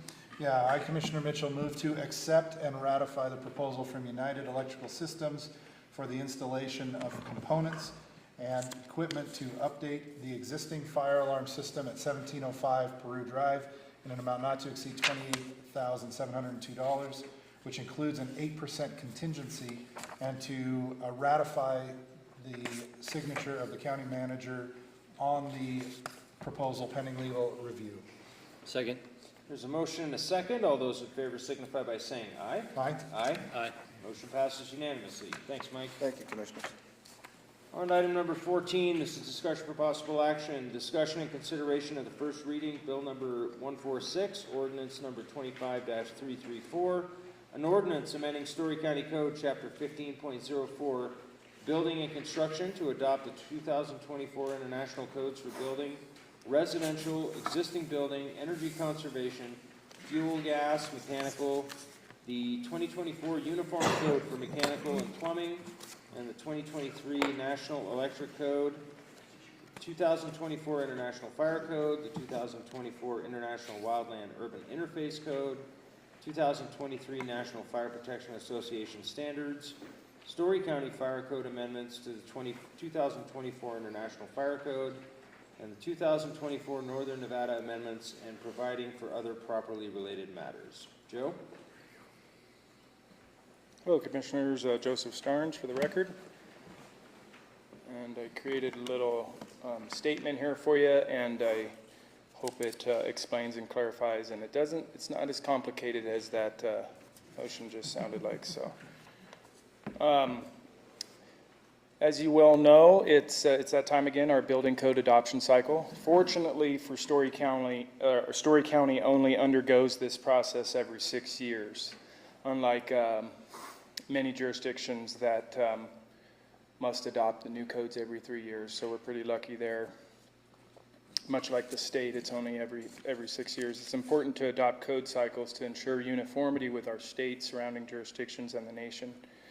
I had the privilege of serving the Northern Nevada Code Committee, where we worked diligently, fueled by plenty of coffee and pizza, to ensure that this adoption keeps Storey County and our neighboring jurisdictions in compliance. Throughout that process, my focus remained the same: to avoid and uphold safety and regulatory integrity while minimizing impacts on our communities. Bottom line is we have a Northern Nevada Code Council because we're different, or everything's different from the South, to put it simply. So as many as you know, you may already know or have heard the most significant change in the 2024 code is the increase in required snow load values. This higher value will introduce new structural engineering requirements, particularly for elevations above 6,000 feet. Requirements not previously mandated in certain areas of our county. I want the board and community to know that I generally understand both sides of this issue, As a certified building inspector with over 19 ICC plans examiner and inspector certifications, I have a deep respect for the code and the purpose it serves. At the same time, I recognize that some code changes may be influenced by industry trends, and I am mindful of the increasing financial pressures on residents, contractors, businesses, and taxpayers in our county. So regardless of the direction the board chooses, I want to assure you that I will approach compliance in a fair, balanced, and reasonable manner. The intent of the code will always remain paramount, guided by a commitment to doing what is right for the people who make Storey County what it is. So my recommendation is to adopt the 2024 International Codes in all their entirety and all their associated standards, along with the Northern Nevada amendments submitted for your consideration today. However, I'm also offering an alternative option for the board. This option proposes further modifying Storey County snow load section for risk categories 1 and 2, and I will get to what risk categories 1 and 2 are in a second. Further amending those. Under this option, Storey County would continue using our current proven and locally established snow load values for risk categories 1 and 2. I believe this approach is fair, balanced, and consistent with the intent behind the 2024 snow load increases, while still respecting the county's unique conditions and long-standing data. So if the board wishes, I would like to give you a little PowerPoint presentation explaining, showing you what it could look like if we just adopt the 2024 code, what it could look like if we adopt the Northern Nevada amendments, and what it could look like if my proposal further adopting the Northern Nevada code amendments to, oh, I got the clicker, don't I? So, okay, that's pretty self-explanatory. So influencing factors on why we want to adopt 2024 code, state surrounding jurisdiction alignment. Aligned, and I already explained that every 6 years the state adopts a code, and they require certain elements of the code to be adopted, but not all, and I'll get to that in a second. Aligned code cycles minimizes conflicts between trade disciplines. What this means is let's just use red book, blue book. Fire's red book, building's blue book. Fire is mandated by the state every 6 years to have the same code cycle they do. So they're going to adopt the 2024. I might not necessarily have to, or the building department might not necessarily have to. You can say we don't, but we kind of need to align with fire, because to be honest, the fire book, the red book, a lot of the material comes out of the blue book. They need to match so there's minimized conflicts, especially with commercial construction, engineering, design, inspections. It can be really convoluted if we have two different code cycles. So it's insurance industry expectations, ISO Insurance Services Office, rating impacts, and then risk mitigation for communities are all influencing factors on why it's, I support adopting the new 2024 code. So here's an example. I know it's hard to read. I'm going to break it down to you. So this far right, option 3, no adjustments. We adopt the 2024 code. That takes our snow load, put it in a nutshell. They're using a new hazard tool. It's intense. 2024 code, no amendments. It would take Virginia City, which is currently at 70 pounds per square foot. It will take it up to 154 pounds per square foot. That's quite a bit of an increase. And I want to tell you that Northern Nevada hasn't used any of the mapping or snow load valuations out of the international code books for many, many years because of the extreme nature. So option 2, I'm just using Virginia City as an example. Option 2 is the proposed Northern Nevada amendments that our committee came up with without any further amendments. That would take Virginia City, which is currently at 70, and it will take it up to 100. Now I want to mention anything over 70 pounds per square foot will require engineering because our code books cannot go further than 70. We can't verify the load path for structural construction. So anything over 70, we have to require engineering, which would be a significant increase to our builders and our residents. So option 1, this is the further amended Northern Nevada Code amendments for snow load, further amended. I propose leaving Virginia City, the Highlands, Mark Twain, McCarran, anything over or at 6,000 feet or above, leaving it the same as it is now. Further amending to leaving it alone. Leave it the same as it is now. And I can explain for risk categories. I want to leave it. I propose leaving it for risk categories 1 and 2, and I'll explain why. So risk categories. Let me just keep it real simple. We have 1, 2, 3, 4, right? I'm getting excited because code makes me excited. I know, I'm building inspector stuff. So risk category 1 is sheds, barns. Risk category 2, houses, apartments, offices, stores, and businesses. That's what we want to protect. That's what we want to keep the same, because it's the majority of residential, small commercial construction. Risk categories 1 and 2, we'll leave it alone. It's the same. No engineering required. Risk categories 3 and 4, however, I propose we adopt we leave it the same as what our Northern Nevada Code Committee came up with. And risk categories 3 and 4 are schools, jails, places with large crowds, with like stadiums. And risk category 4 is essential, must-stay functioning structures, like hospitals, fire stations, police stations. You know, you kind of smell what we're cooking here. And that's my proposal. And so option 1 would amend the snow load values only for risk categories 1 and 2, such as sheds, barns, houses, apartments, and offices and stores. Risk category 2, or risk category 3 and 4 would still be required to follow the Northern Nevada International Code amendments as proposed in option 2. So I know that's a lot of information. I threw at you all at once. I'm going to leave it to the board for any questions. All right, thank you, Joe. Commissioner Gilman, do you have any questions or comments? Yeah, you know, I've really looked at this deeply and talked to some contractors and things, and I think we as the board up here have done our best to try to help our residents, financially, and cutting back on costs of things here in the county to help them reasonably. And I know there's some of these codes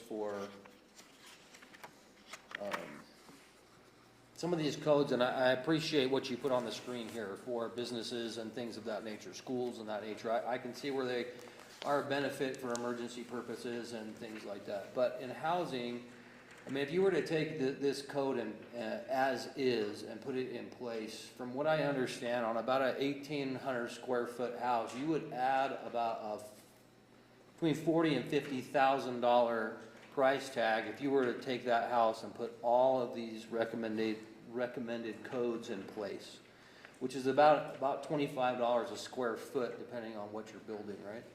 So I think it adds a high cost for residents and things like of that nature anyway. So I'm confused on what direction to go here, although I do like your recommendations here where it doesn't affect the housing. But I want to be careful taking this on because I don't know what the financial impact is for our residents in our community. And so I think as long as we can get an understanding of what that might look like going forward, that's my biggest concern, is for our residents. Thank you. Vice Chairman, do you have anything? I do, although I don't know why we're even discussing this stuff. Al Gore told me 20 years ago we wouldn't have any more snow by now, so it shouldn't be a problem, right? In Virginia City, do we treat it all as one? Because it seems to me that part of the town may be above 6,000 feet and part of the town may be below 6,000 feet. Do we take the actual elevation of the structure, or is it all grouped into one category? We do consider, it's not considered one. We base it off of elevation. So lower part of Virginia City would be, currently is a 50 pounds per square foot snow load, and up above, it would be above 6,000 or above would be 70 currently. So it is separate. It's based on elevation. And that's the way it currently is and would continue even if it was changed? That's the way it currently is, and that's the way it'll stay with option one. Interesting, thank you. You certainly won't find any disagreement from me about a concern about the price of housing. I think the other thing that concerns me is also the potential to change the relationship between a builder and our building department. Because as soon as you get the engineers involved, it has the potential, what was a fairly direct relationship where discussions could happen and solutions could be found, now has to go through a third party that has a financial incentive to be involved in that as much as possible and as long as possible. And that concerns me not just from the cost perspective, but from the ease of doing business perspective, the time frames, time is money. And that to me is a concern as well. So while I certainly respect the codes and the need to update them, I am as hesitant as I can be about increasing. If there's a way that we can maintain, I think that's what I'd find preferable. All right. Is there any public comment on this item? May I respond to these? Or? Sure. Upon my research of many of the code updates for 2024 from 2018 and 2024, they're pretty standard. They're pretty uniform. Besides the snow load, this is the huge increase in cost that my studies found. A lot of the other stuff is really minor in nature. Some of it even got a little bit better. Let's just use an example for receptacles in an island countertop in your kitchen. You know, they keep bouncing this around. They're for it, they're not for it. It's minor stuff. This is the significant impact that I wish to avoid for our residents. And then as far as the other statement regarding engineering, I want to add, let's just use residential for an example because that's the hot topic. I want to say 75% currently are engineered. 75% of our residential are currently engineered.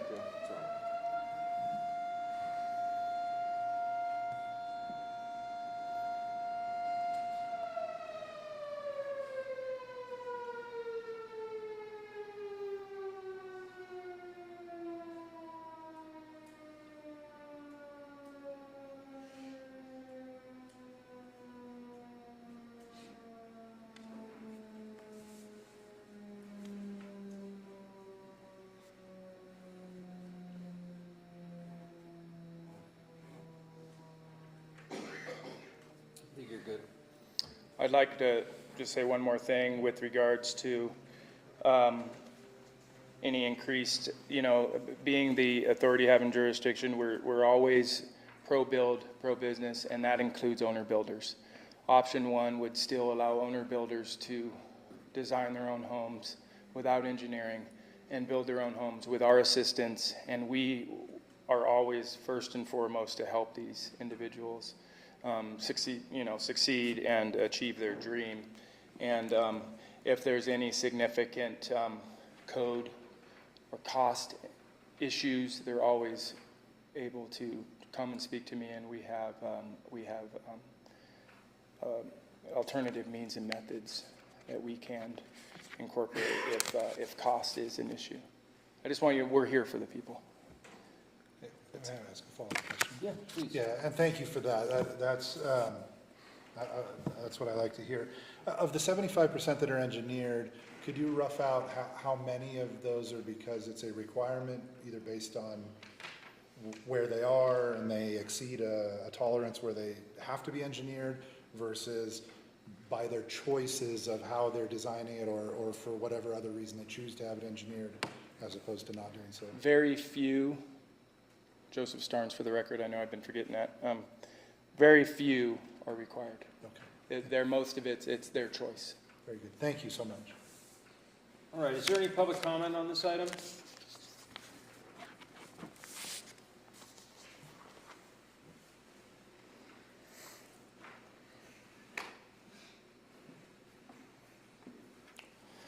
Bum Hess for the record. I kind of hate to speak because I think I know where it's going, and it's going pretty good, I think. Thank you for your help on this, Joe.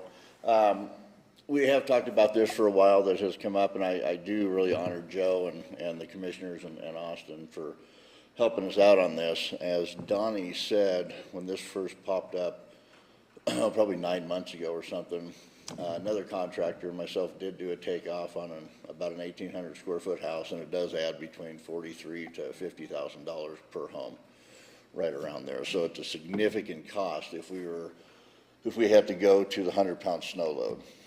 A lot of variations in that, but a lot of it, obviously, with the structural engineering, those costs may even go up because now structural engineers know we have to use them. So that's a huge item for somebody. We've been working with several people for a couple of years on a house, and this would significantly raise their house, probably close to $100,000 if it were to have gone through with the 100-pound snow load. So I think everybody's pretty appreciative of what you guys have gone through to help us out. And as Clay mentioned as well, the camaraderie that we've always had with the building department has always been fun, from Dean Haymore to Joe now. You know, it's always good to get feedback back and forth, and the structural engineers take that out of it. You don't even see the building department anymore. We don't present plans to them. The inspections are done through the structures engineering department, whoever you hire. So I think what Joe has presented is very, very favorable for us, and something I'd like to see passed if possible. So I appreciate your time, and here to answer any questions if I can. Thanks for your comments. Do you have any questions at this point, Commissioner Gilman? I have just one, and I don't know if it's more appropriate for you, Bum, or for Joe, but are there construction methods that can be employed, like roof pitch and things like that, that minimize risks of snow load at the point where it may be a safety concern? So, I mean, if you look at some of the buildings up here, I mean, they're probably rated at about 20-pound snow load, some of the older houses, and they're still functioning, pretty well. There are ways that we do it to minimize risk by, putting a steeper pitch on there, obviously thickness of your rafters and things of that nature. The biggest thing isn't necessarily with the trusses or the roof, it's with everything else you have to do, because now the walls, when you hit that 100-pound snow load, that has to come under a structural engineer from your footing up. And your footing is where a lot of the costs are. And then, you're adding a lot of different things that really are meant for hospitals, but they put them in houses at that 100-pound snow load. So it's not just the roof and the roof pitch and the trusses, it goes all the way down to the foundation. So, yeah, by, a 70-pound snow load, somebody did a study up here. It wasn't a study, he knew arithmetic better than I do. But I think it was like 72 pounds of snow is what you needed to match that 70-pound snow load. It's a lot. Yeah. So, but we're happy with how Joe did it, so I'm going to leave before I mess it up. Appreciate it. Thank Fair you. enough. Thank you. Is there any other public comment? Come on up, please.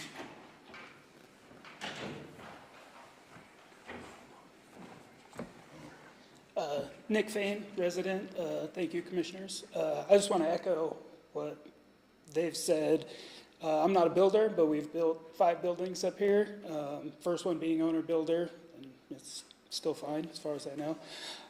We built the Bullion Divide building, and I believe that had to go to 90 pounds. And if you've ever been in that building, it was easier as a commercial building. There's like 3-foot wide beams in there all the way across it. Not a big deal if you're doing metal, but as a residential building, that would increase quite a bit. And we're planning on building a house, which is why we're here, and that came up. And yeah, I think, as Bum said, it would probably be $80,000 to $100,000 more. And we've also built an apartment building, and now that COVID's kind of over, we had planned to build another one right after we had built that for more housing, affordable housing up here. But that would really make that impossible. Building prices are already high. So I just wanted to echo that as a resident, somebody who's building houses. I'm not a builder or construction contractor, so just for the, I guess, residential side. Thank you for your time. Thank you. So inquiring minds want to know, you moving back to the Highlands? Thank you for the comments. Any other public comment? All right, we ready to make a motion? Yeah.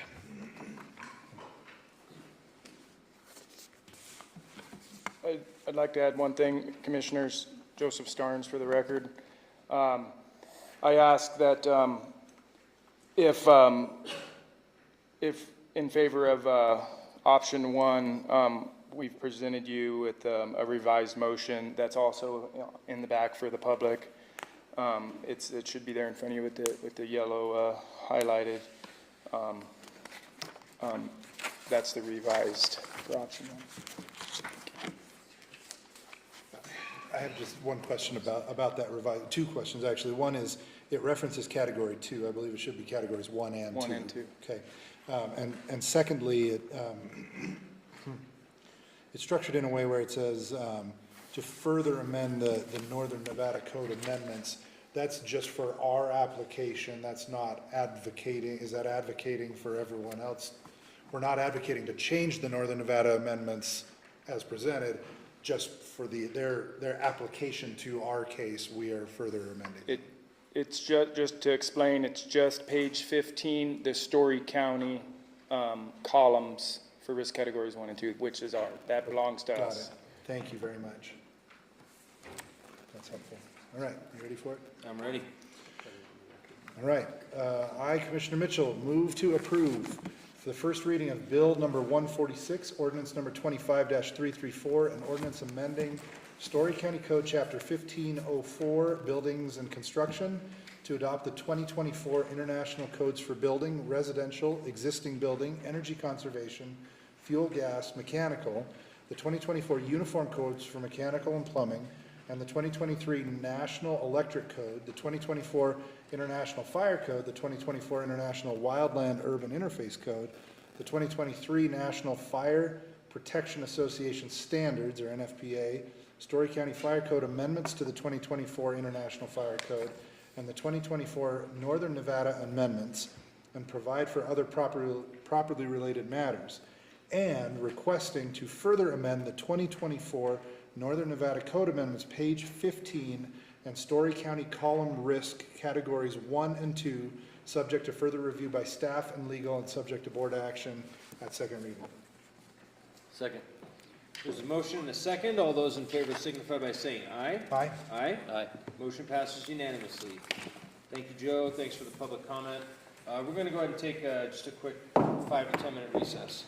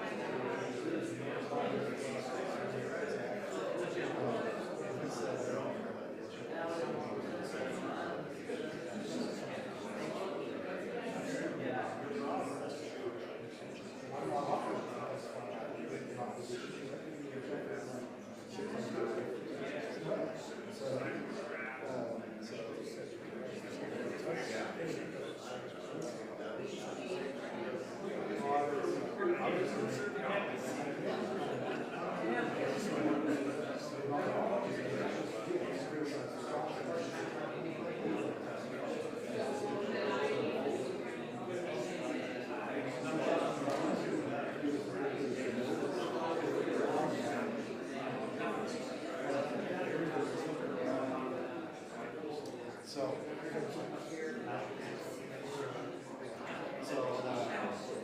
that means.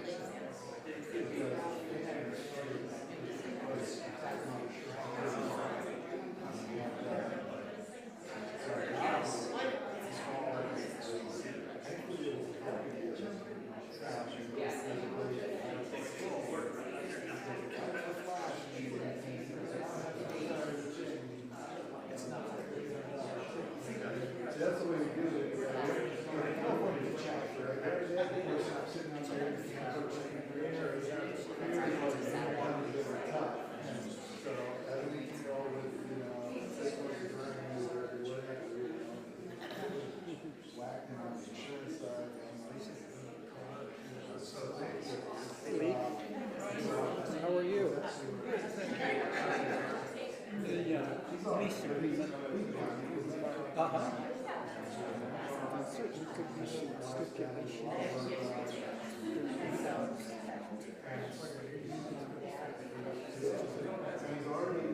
Having so much time.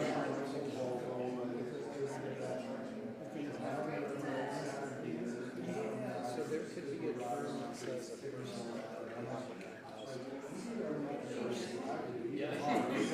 They're either cars, don't get me wrong, but I drove that whole 3 weeks when I was in the car, and I don't know what it's about, but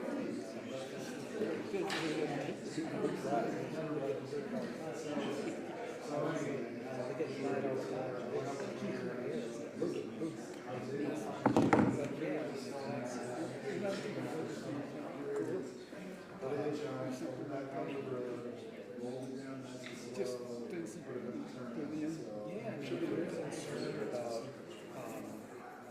use this space that could be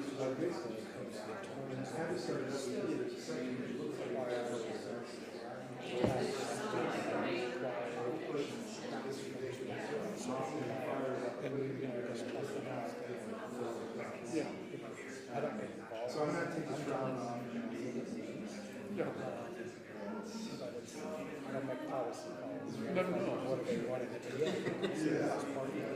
no, I'm sure it's okay, but I think he busted motor mouth and shifted the engine like that when it went straight into the hill. Which if that's all it is, motor mouth. Yeah, not a big deal. $35. Yeah. Bit of work, but. Yeah, I bet you they have them at Summit. Yeah. Well, I told him, I was like, let's go over the lessons you learned from it. Right. That's that old Ford that you were driving around. Yeah, that thing's cool. Really cool. It has a lot of potential for sure. Is it four-wheel drive or two-wheel drive? Let me know when you're ready, Jim. It's got fuel injected 5.0 and Oh, overdrive. It doesn't look like much, but it's power steering, power brakes. It's a pretty easy fun truck. And I don't need to do it. Transmission needs to be rebuilt at some point. It's okay for now. I have an old 78 crew cab. That was my grandfather's. Yeah. You know, he bought it brand new, right? Yeah. It's a piece of crap. It's in such rough shape, but I've been holding on to it because one of these days, right? You gentlemen ready? Yeah. You guys ready? Do it. You guys ready? I can see her saying that. Yes. All right, we're going to go ahead and reconvene. It's 12:22, bringing us to item number 15, which is to recess to convene as the Storey County Board of Fire Protection District. Excuse me. Recess to convene as the Storey County Fire Protection District Board, bringing us to item number 16, which is discussion for possible action, consideration and possible approval of Resolution 25-804, expressing free and open public vehicular access to the Interstate 80 Patrick Interchange at McCarran, Nevada, allowing for unrestricted emergency vehicle access to maintain public safety along the Interstate 80 corridor adjacent to Storey County. Chief Reiser. Bob Reiser, Fire Chief for the record. This is basically a continuation from our previous meeting to make sure that our language from the Board of Fire Chiefs or Fire Commissioners matches that with the Board of County Commissioners and the resolution previously brought forth. That language now aligns to the best of our ability in the areas that we see need to be congruent. Our piece is still, our biggest concern is making sure that we have emergency vehicle access unrestricted because of the lack of turnarounds between Mustang 23 and USA Parkway, mile marker 32. And we want to make sure that we have the ability to get there when people need us and not have to try and navigate turning around in a median with a 85,000-pound piece of fire apparatus. So to maintain access through the Patrick Interchange is significant to us. All right, thank you. Fire Commissioner Gilman, you have any questions or comments? I do not, thank you. Fire Commissioner Mitchell, any questions or comments? Thank you. How about public comment? Not seeing any. Fire Commissioner Mitchell, you prepared to make a motion? Yeah, I, Fire Commissioner Mitchell, move to approve resolution number 25-804, expressing support for maintaining free and open public vehicular access to the Interstate 80 Patrick Interchange at McCarran, Nevada, allowing for unrestricted emergency vehicle access to maintain public safety along the Interstate 80 corridor adjacent to Storey County. Second. There's a motion and a second. All those in favor signify by saying aye. Aye. Aye. Aye. Motion passes unanimously.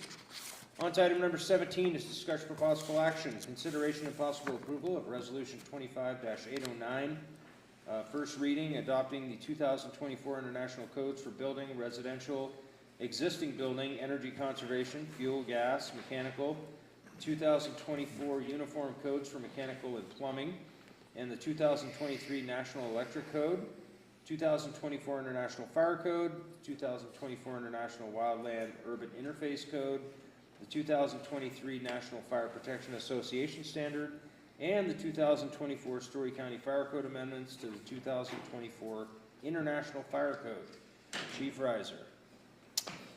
Kind of a continuation of what Joe brought up before as far as code adoption. Under NRS 477, the fire marshal's office dictates that we have to adopt their code changes and support.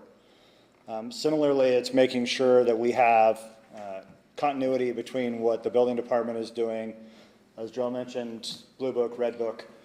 That way it makes it much easier for our contractors to understand and develop their plans working forward with us. Spent a great deal of time, not myself, but our Fire Marshal Snelling, who's in attendance and can speak to that, the planning meetings prior to, interaction with many of the businesses out in the industrial complex to discuss their thoughts and implement a lot of their feedback. And we got a letter of support that I believe Austin has placed within the record as well from Tesla being involved in that process.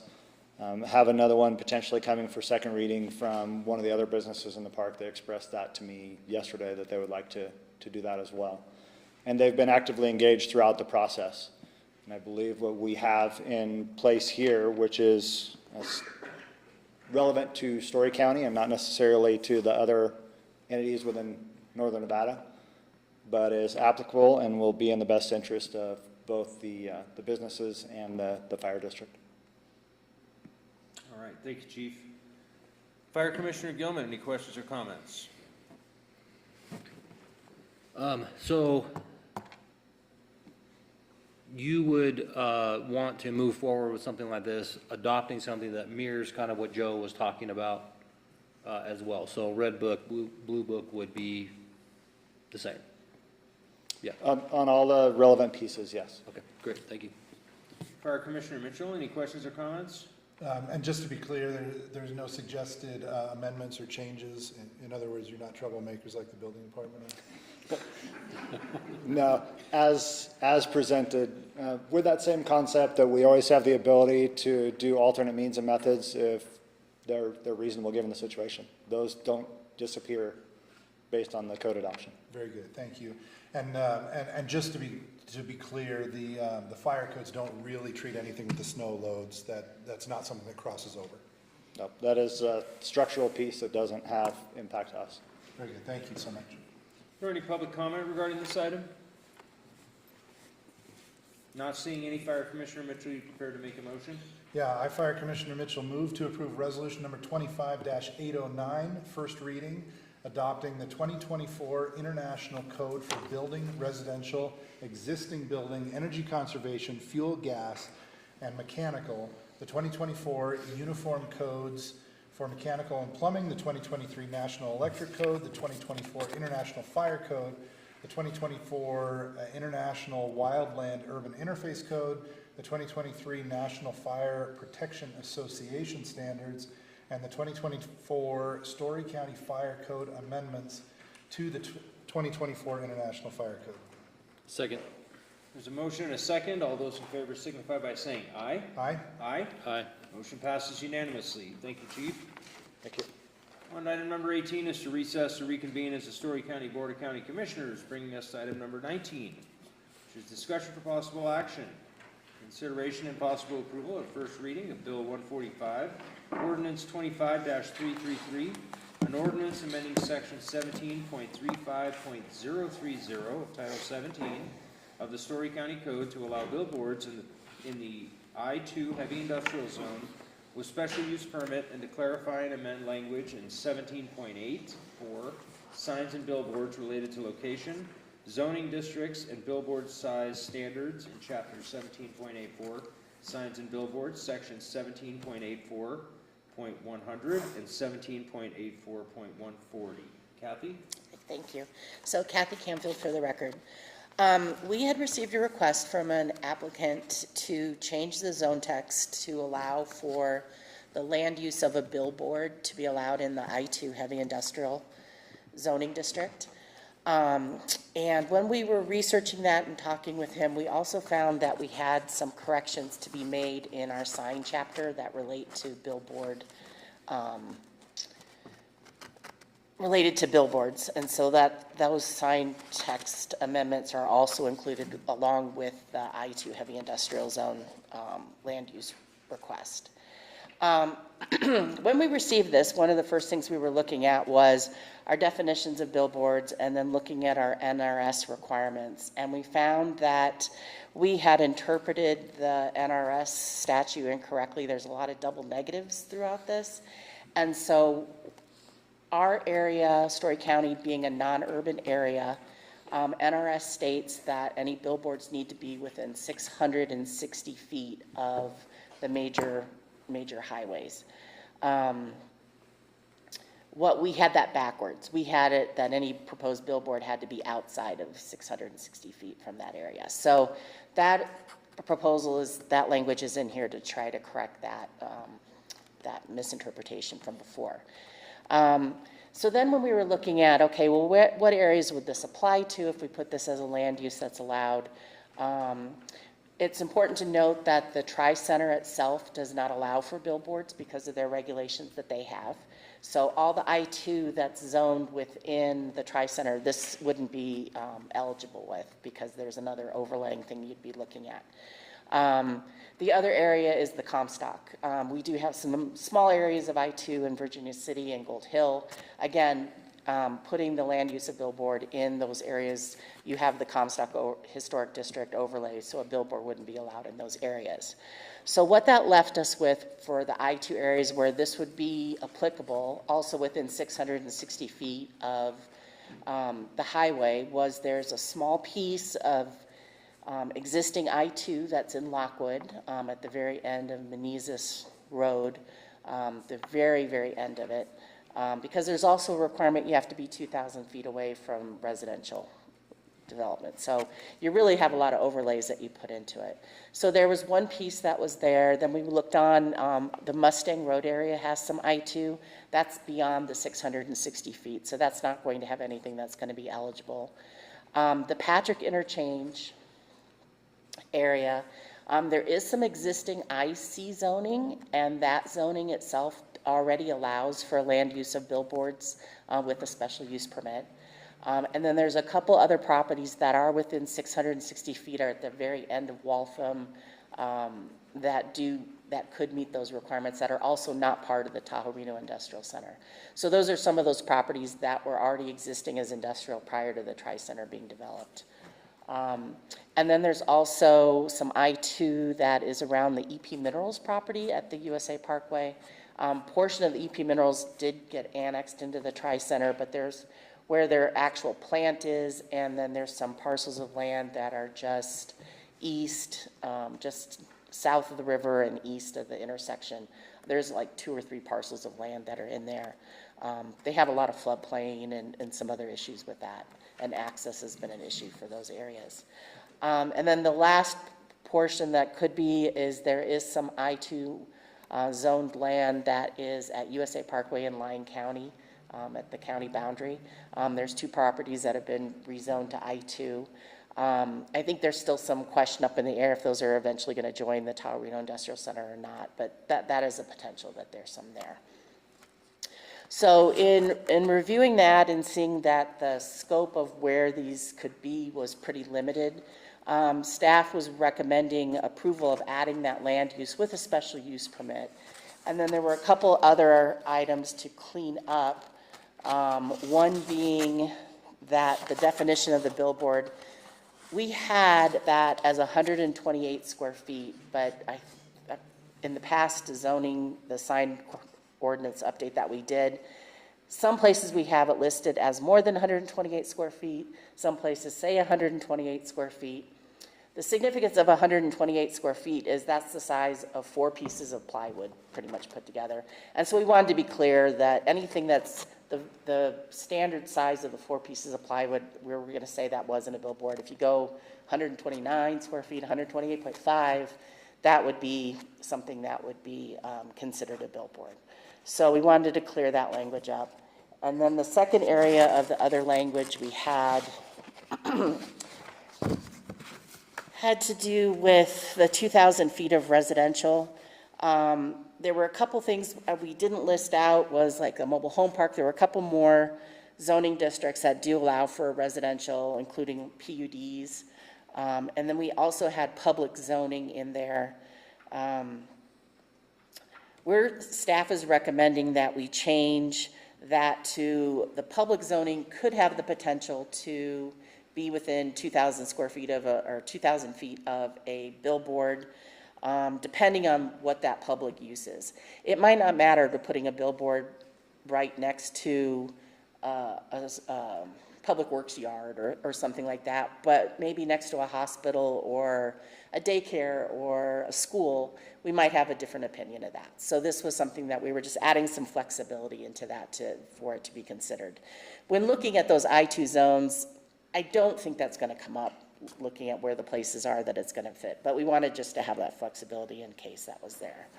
So we discussed this at our Planning Commission meeting of November 6th, and the Planning Commission unanimously approved the recommended changes to the board. And the applicant is also here if you have any questions about the land use thing. At that meeting, we also discussed their special use permit that they have proposed for a billboard. We didn't bring that forward today because we couldn't move forward with this as the code isn't in place yet. So that one is kind of on hold, but the Planning Commission did talk about that at their meeting too. And I'll provide that information. If this moves forward, we'll provide that information at the next meeting. So I'm happy to answer any questions, or the applicant's here also.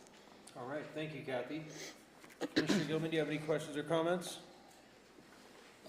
Kathy, when you're talking about areas by EP Minerals and what they own there, is that on USA Parkway?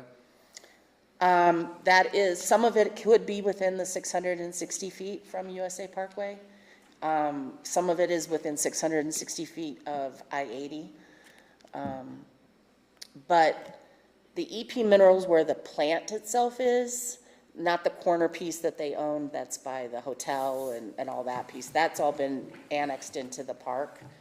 But there are the pieces where their cement plant and all that down closer to the actual intersection and the river. That part is not part of Tri-Center. Okay. I think my concern is that, you know, the county has a really nice piece of art right there and as you come into TRI, and I would just hate to take away from something like that with a big ugly billboard across the street from it, and so I just want to take that into consideration. I will say the west side of USA Parkway, that is all within the Tri-Center. So anything with that art being the backdrop, there wouldn't be a sign right there because of the being in the Tri-Center. These properties are on the east side. Okay, thank you. Vice Chairman, do you have any questions? I do, and first I'm, just out of an abundance of caution, I'll make a disclosure. My family does own some I-2 property, but doing so does not affect my ability to be fair and impartial in considering this item, and its outcome does not affect me more or less than anyone else. Kathy, the proposal is, even to kind of follow on to Commissioner Gilman's concern, the proposal is to require a special use permit for this use, even in an I-2 zone? Yes. And so if there was a proposal across the highway from that piece of art, that's something that would have to go through a regulatory process. Thank you very much.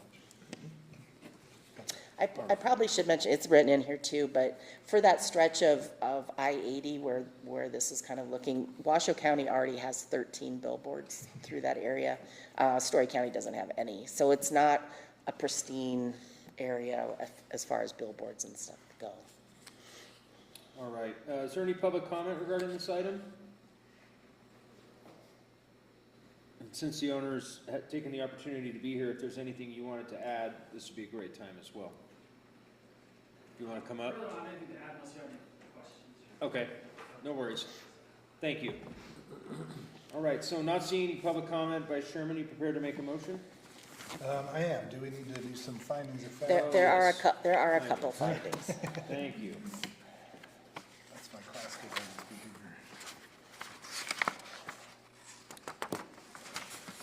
These are pretty short compared. The findings of fact for a motion of approval. The proposed amendment is in substantial compliance with and supports the goals and policies of the master plan. The proposed amendment will provide the land use uses compatible and existing adjacent land uses and will not have detrimental impacts to other properties in the vicinity. The proposed amendment will not negatively impact existing or planned public services or facilities and will not adversely impact the public health, safety, and welfare. Thank you. Thank you, Kathy. All right. In accordance with the recommendation by the Planning Commission and staff, the findings of fact under Section 10A of this report as read into the record by county staff, and other findings deemed appropriate by the Board of County Commissioners, I, Commissioner Mitchell, move to approve the first reading of Bill number 145, ordinance number 25-333, an ordinance amending Section 17.35.030 of Title 17 of the Storey County Code to allow billboards in the I-2 heavy industrial zone with a special use permit and to clarify and amend language in 1784 signs and billboards related to location, zoning districts, and billboard size standards in Chapter 17.84 signs and billboard sections 17.84.100 and 17.84.140. Second. There's a motion and a second. All those in favor signify by saying aye. Aye. Aye. Aye. Motion passes unanimously. Thank you, Kathy. Thank you. Moving on to item number 20 is discussion for possible action, discussion and possible authorization of the county manager to engage with the Nevada Department of Transportation and property owners of vacant land adjacent to USA Parkway, Waltham Way, intersections,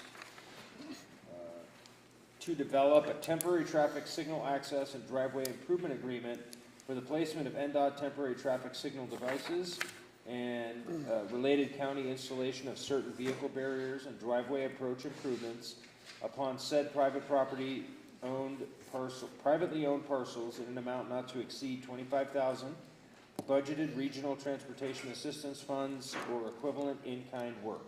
County Manager Osborne. All right, thank you, Commissioners. Austin Osborne for the record, County Manager. Back in August, you authorized me to negotiate with the Nevada Department of Transportation on traffic signals and trying to get that thing straightened out. It's been pretty successful, and I appreciate that. It provides a lot of flexibility to get kind of an emergent situation done on USA Parkway. We are having a discussion with a property owner at the end of Waltham Way toward the east in order to provide some space that is needed to put temporary traffic signals in.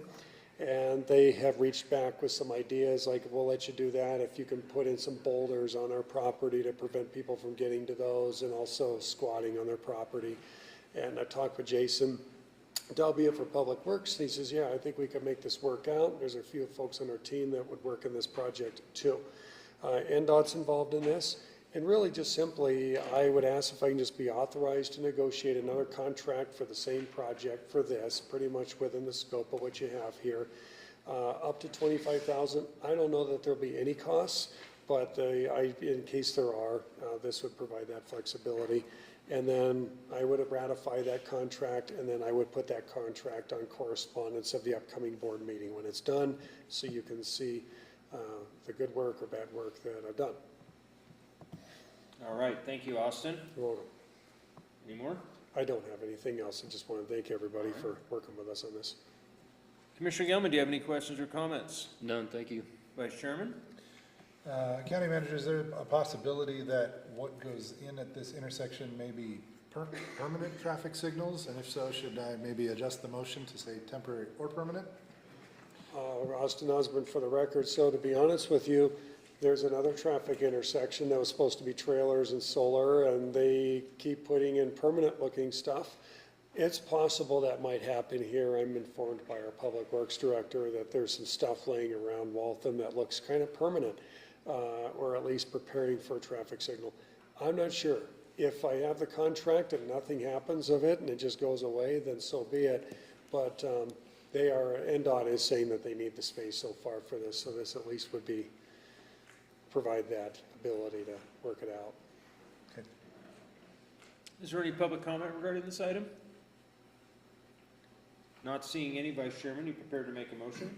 Yeah, I, Commissioner Mitchell, move to authorize the county manager to engage with the Nevada Department of Transportation, or NDOT, and property owners of vacant land adjacent to the USA Parkway Waltham Way intersection, APNs 005.041.75, 74, and 63 at the Tahoe Industrial Center, to develop a temporary or permanent traffic signal access and driveway improvement agreement for the placement of NDOT temporary traffic or permanent traffic signal devices, and related county installation of certain vehicle barriers and driveway approach improvements upon said privately owned parcels in an amount not to exceed $25,000, budgeted regional transportation assistance funds or equivalent in-kind work, to obtain legal review and concurrence by the district attorney's office, and to place the ratified contract on a future Storey County Commission agenda for viewing. Second. There's a motion and a second. All those in favor signify by saying aye. Aye. Aye. Aye. Motion passes unanimously. Thank you, Austin. You're welcome. Thank you.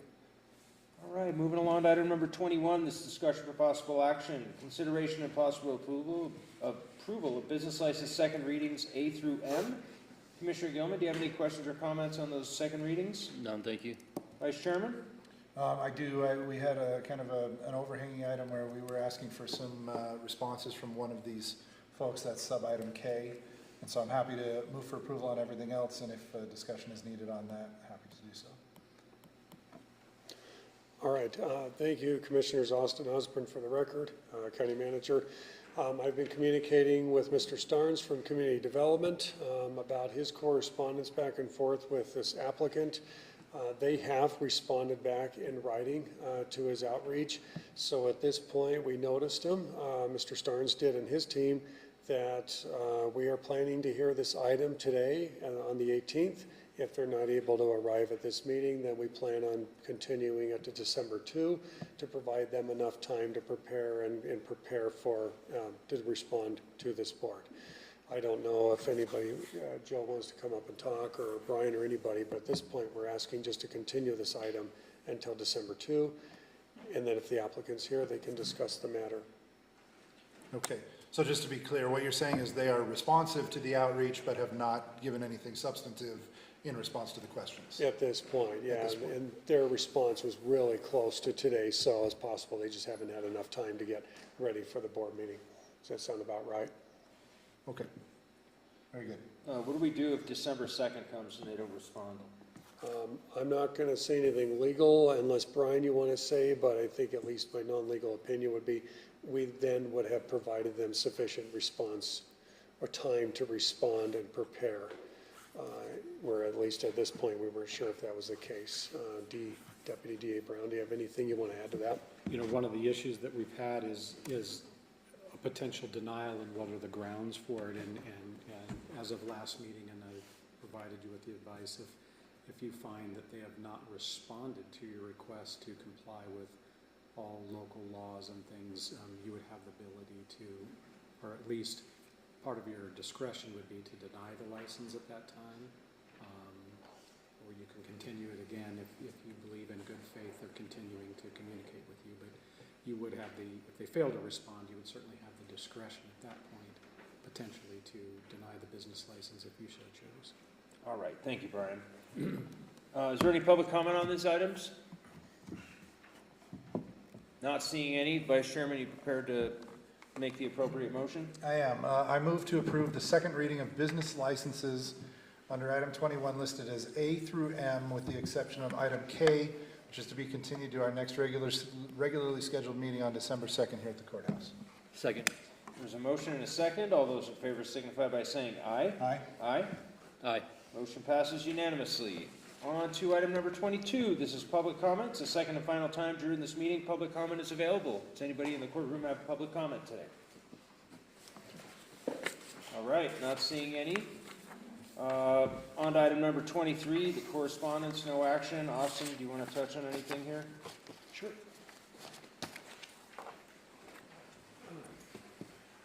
Thank you, Commissioners. Austin Osborne for the record. I just provided to you a letter that I had sent to the Washoe County Department of Adjustment regarding the parcel north of Lockwood and a proposal to develop that.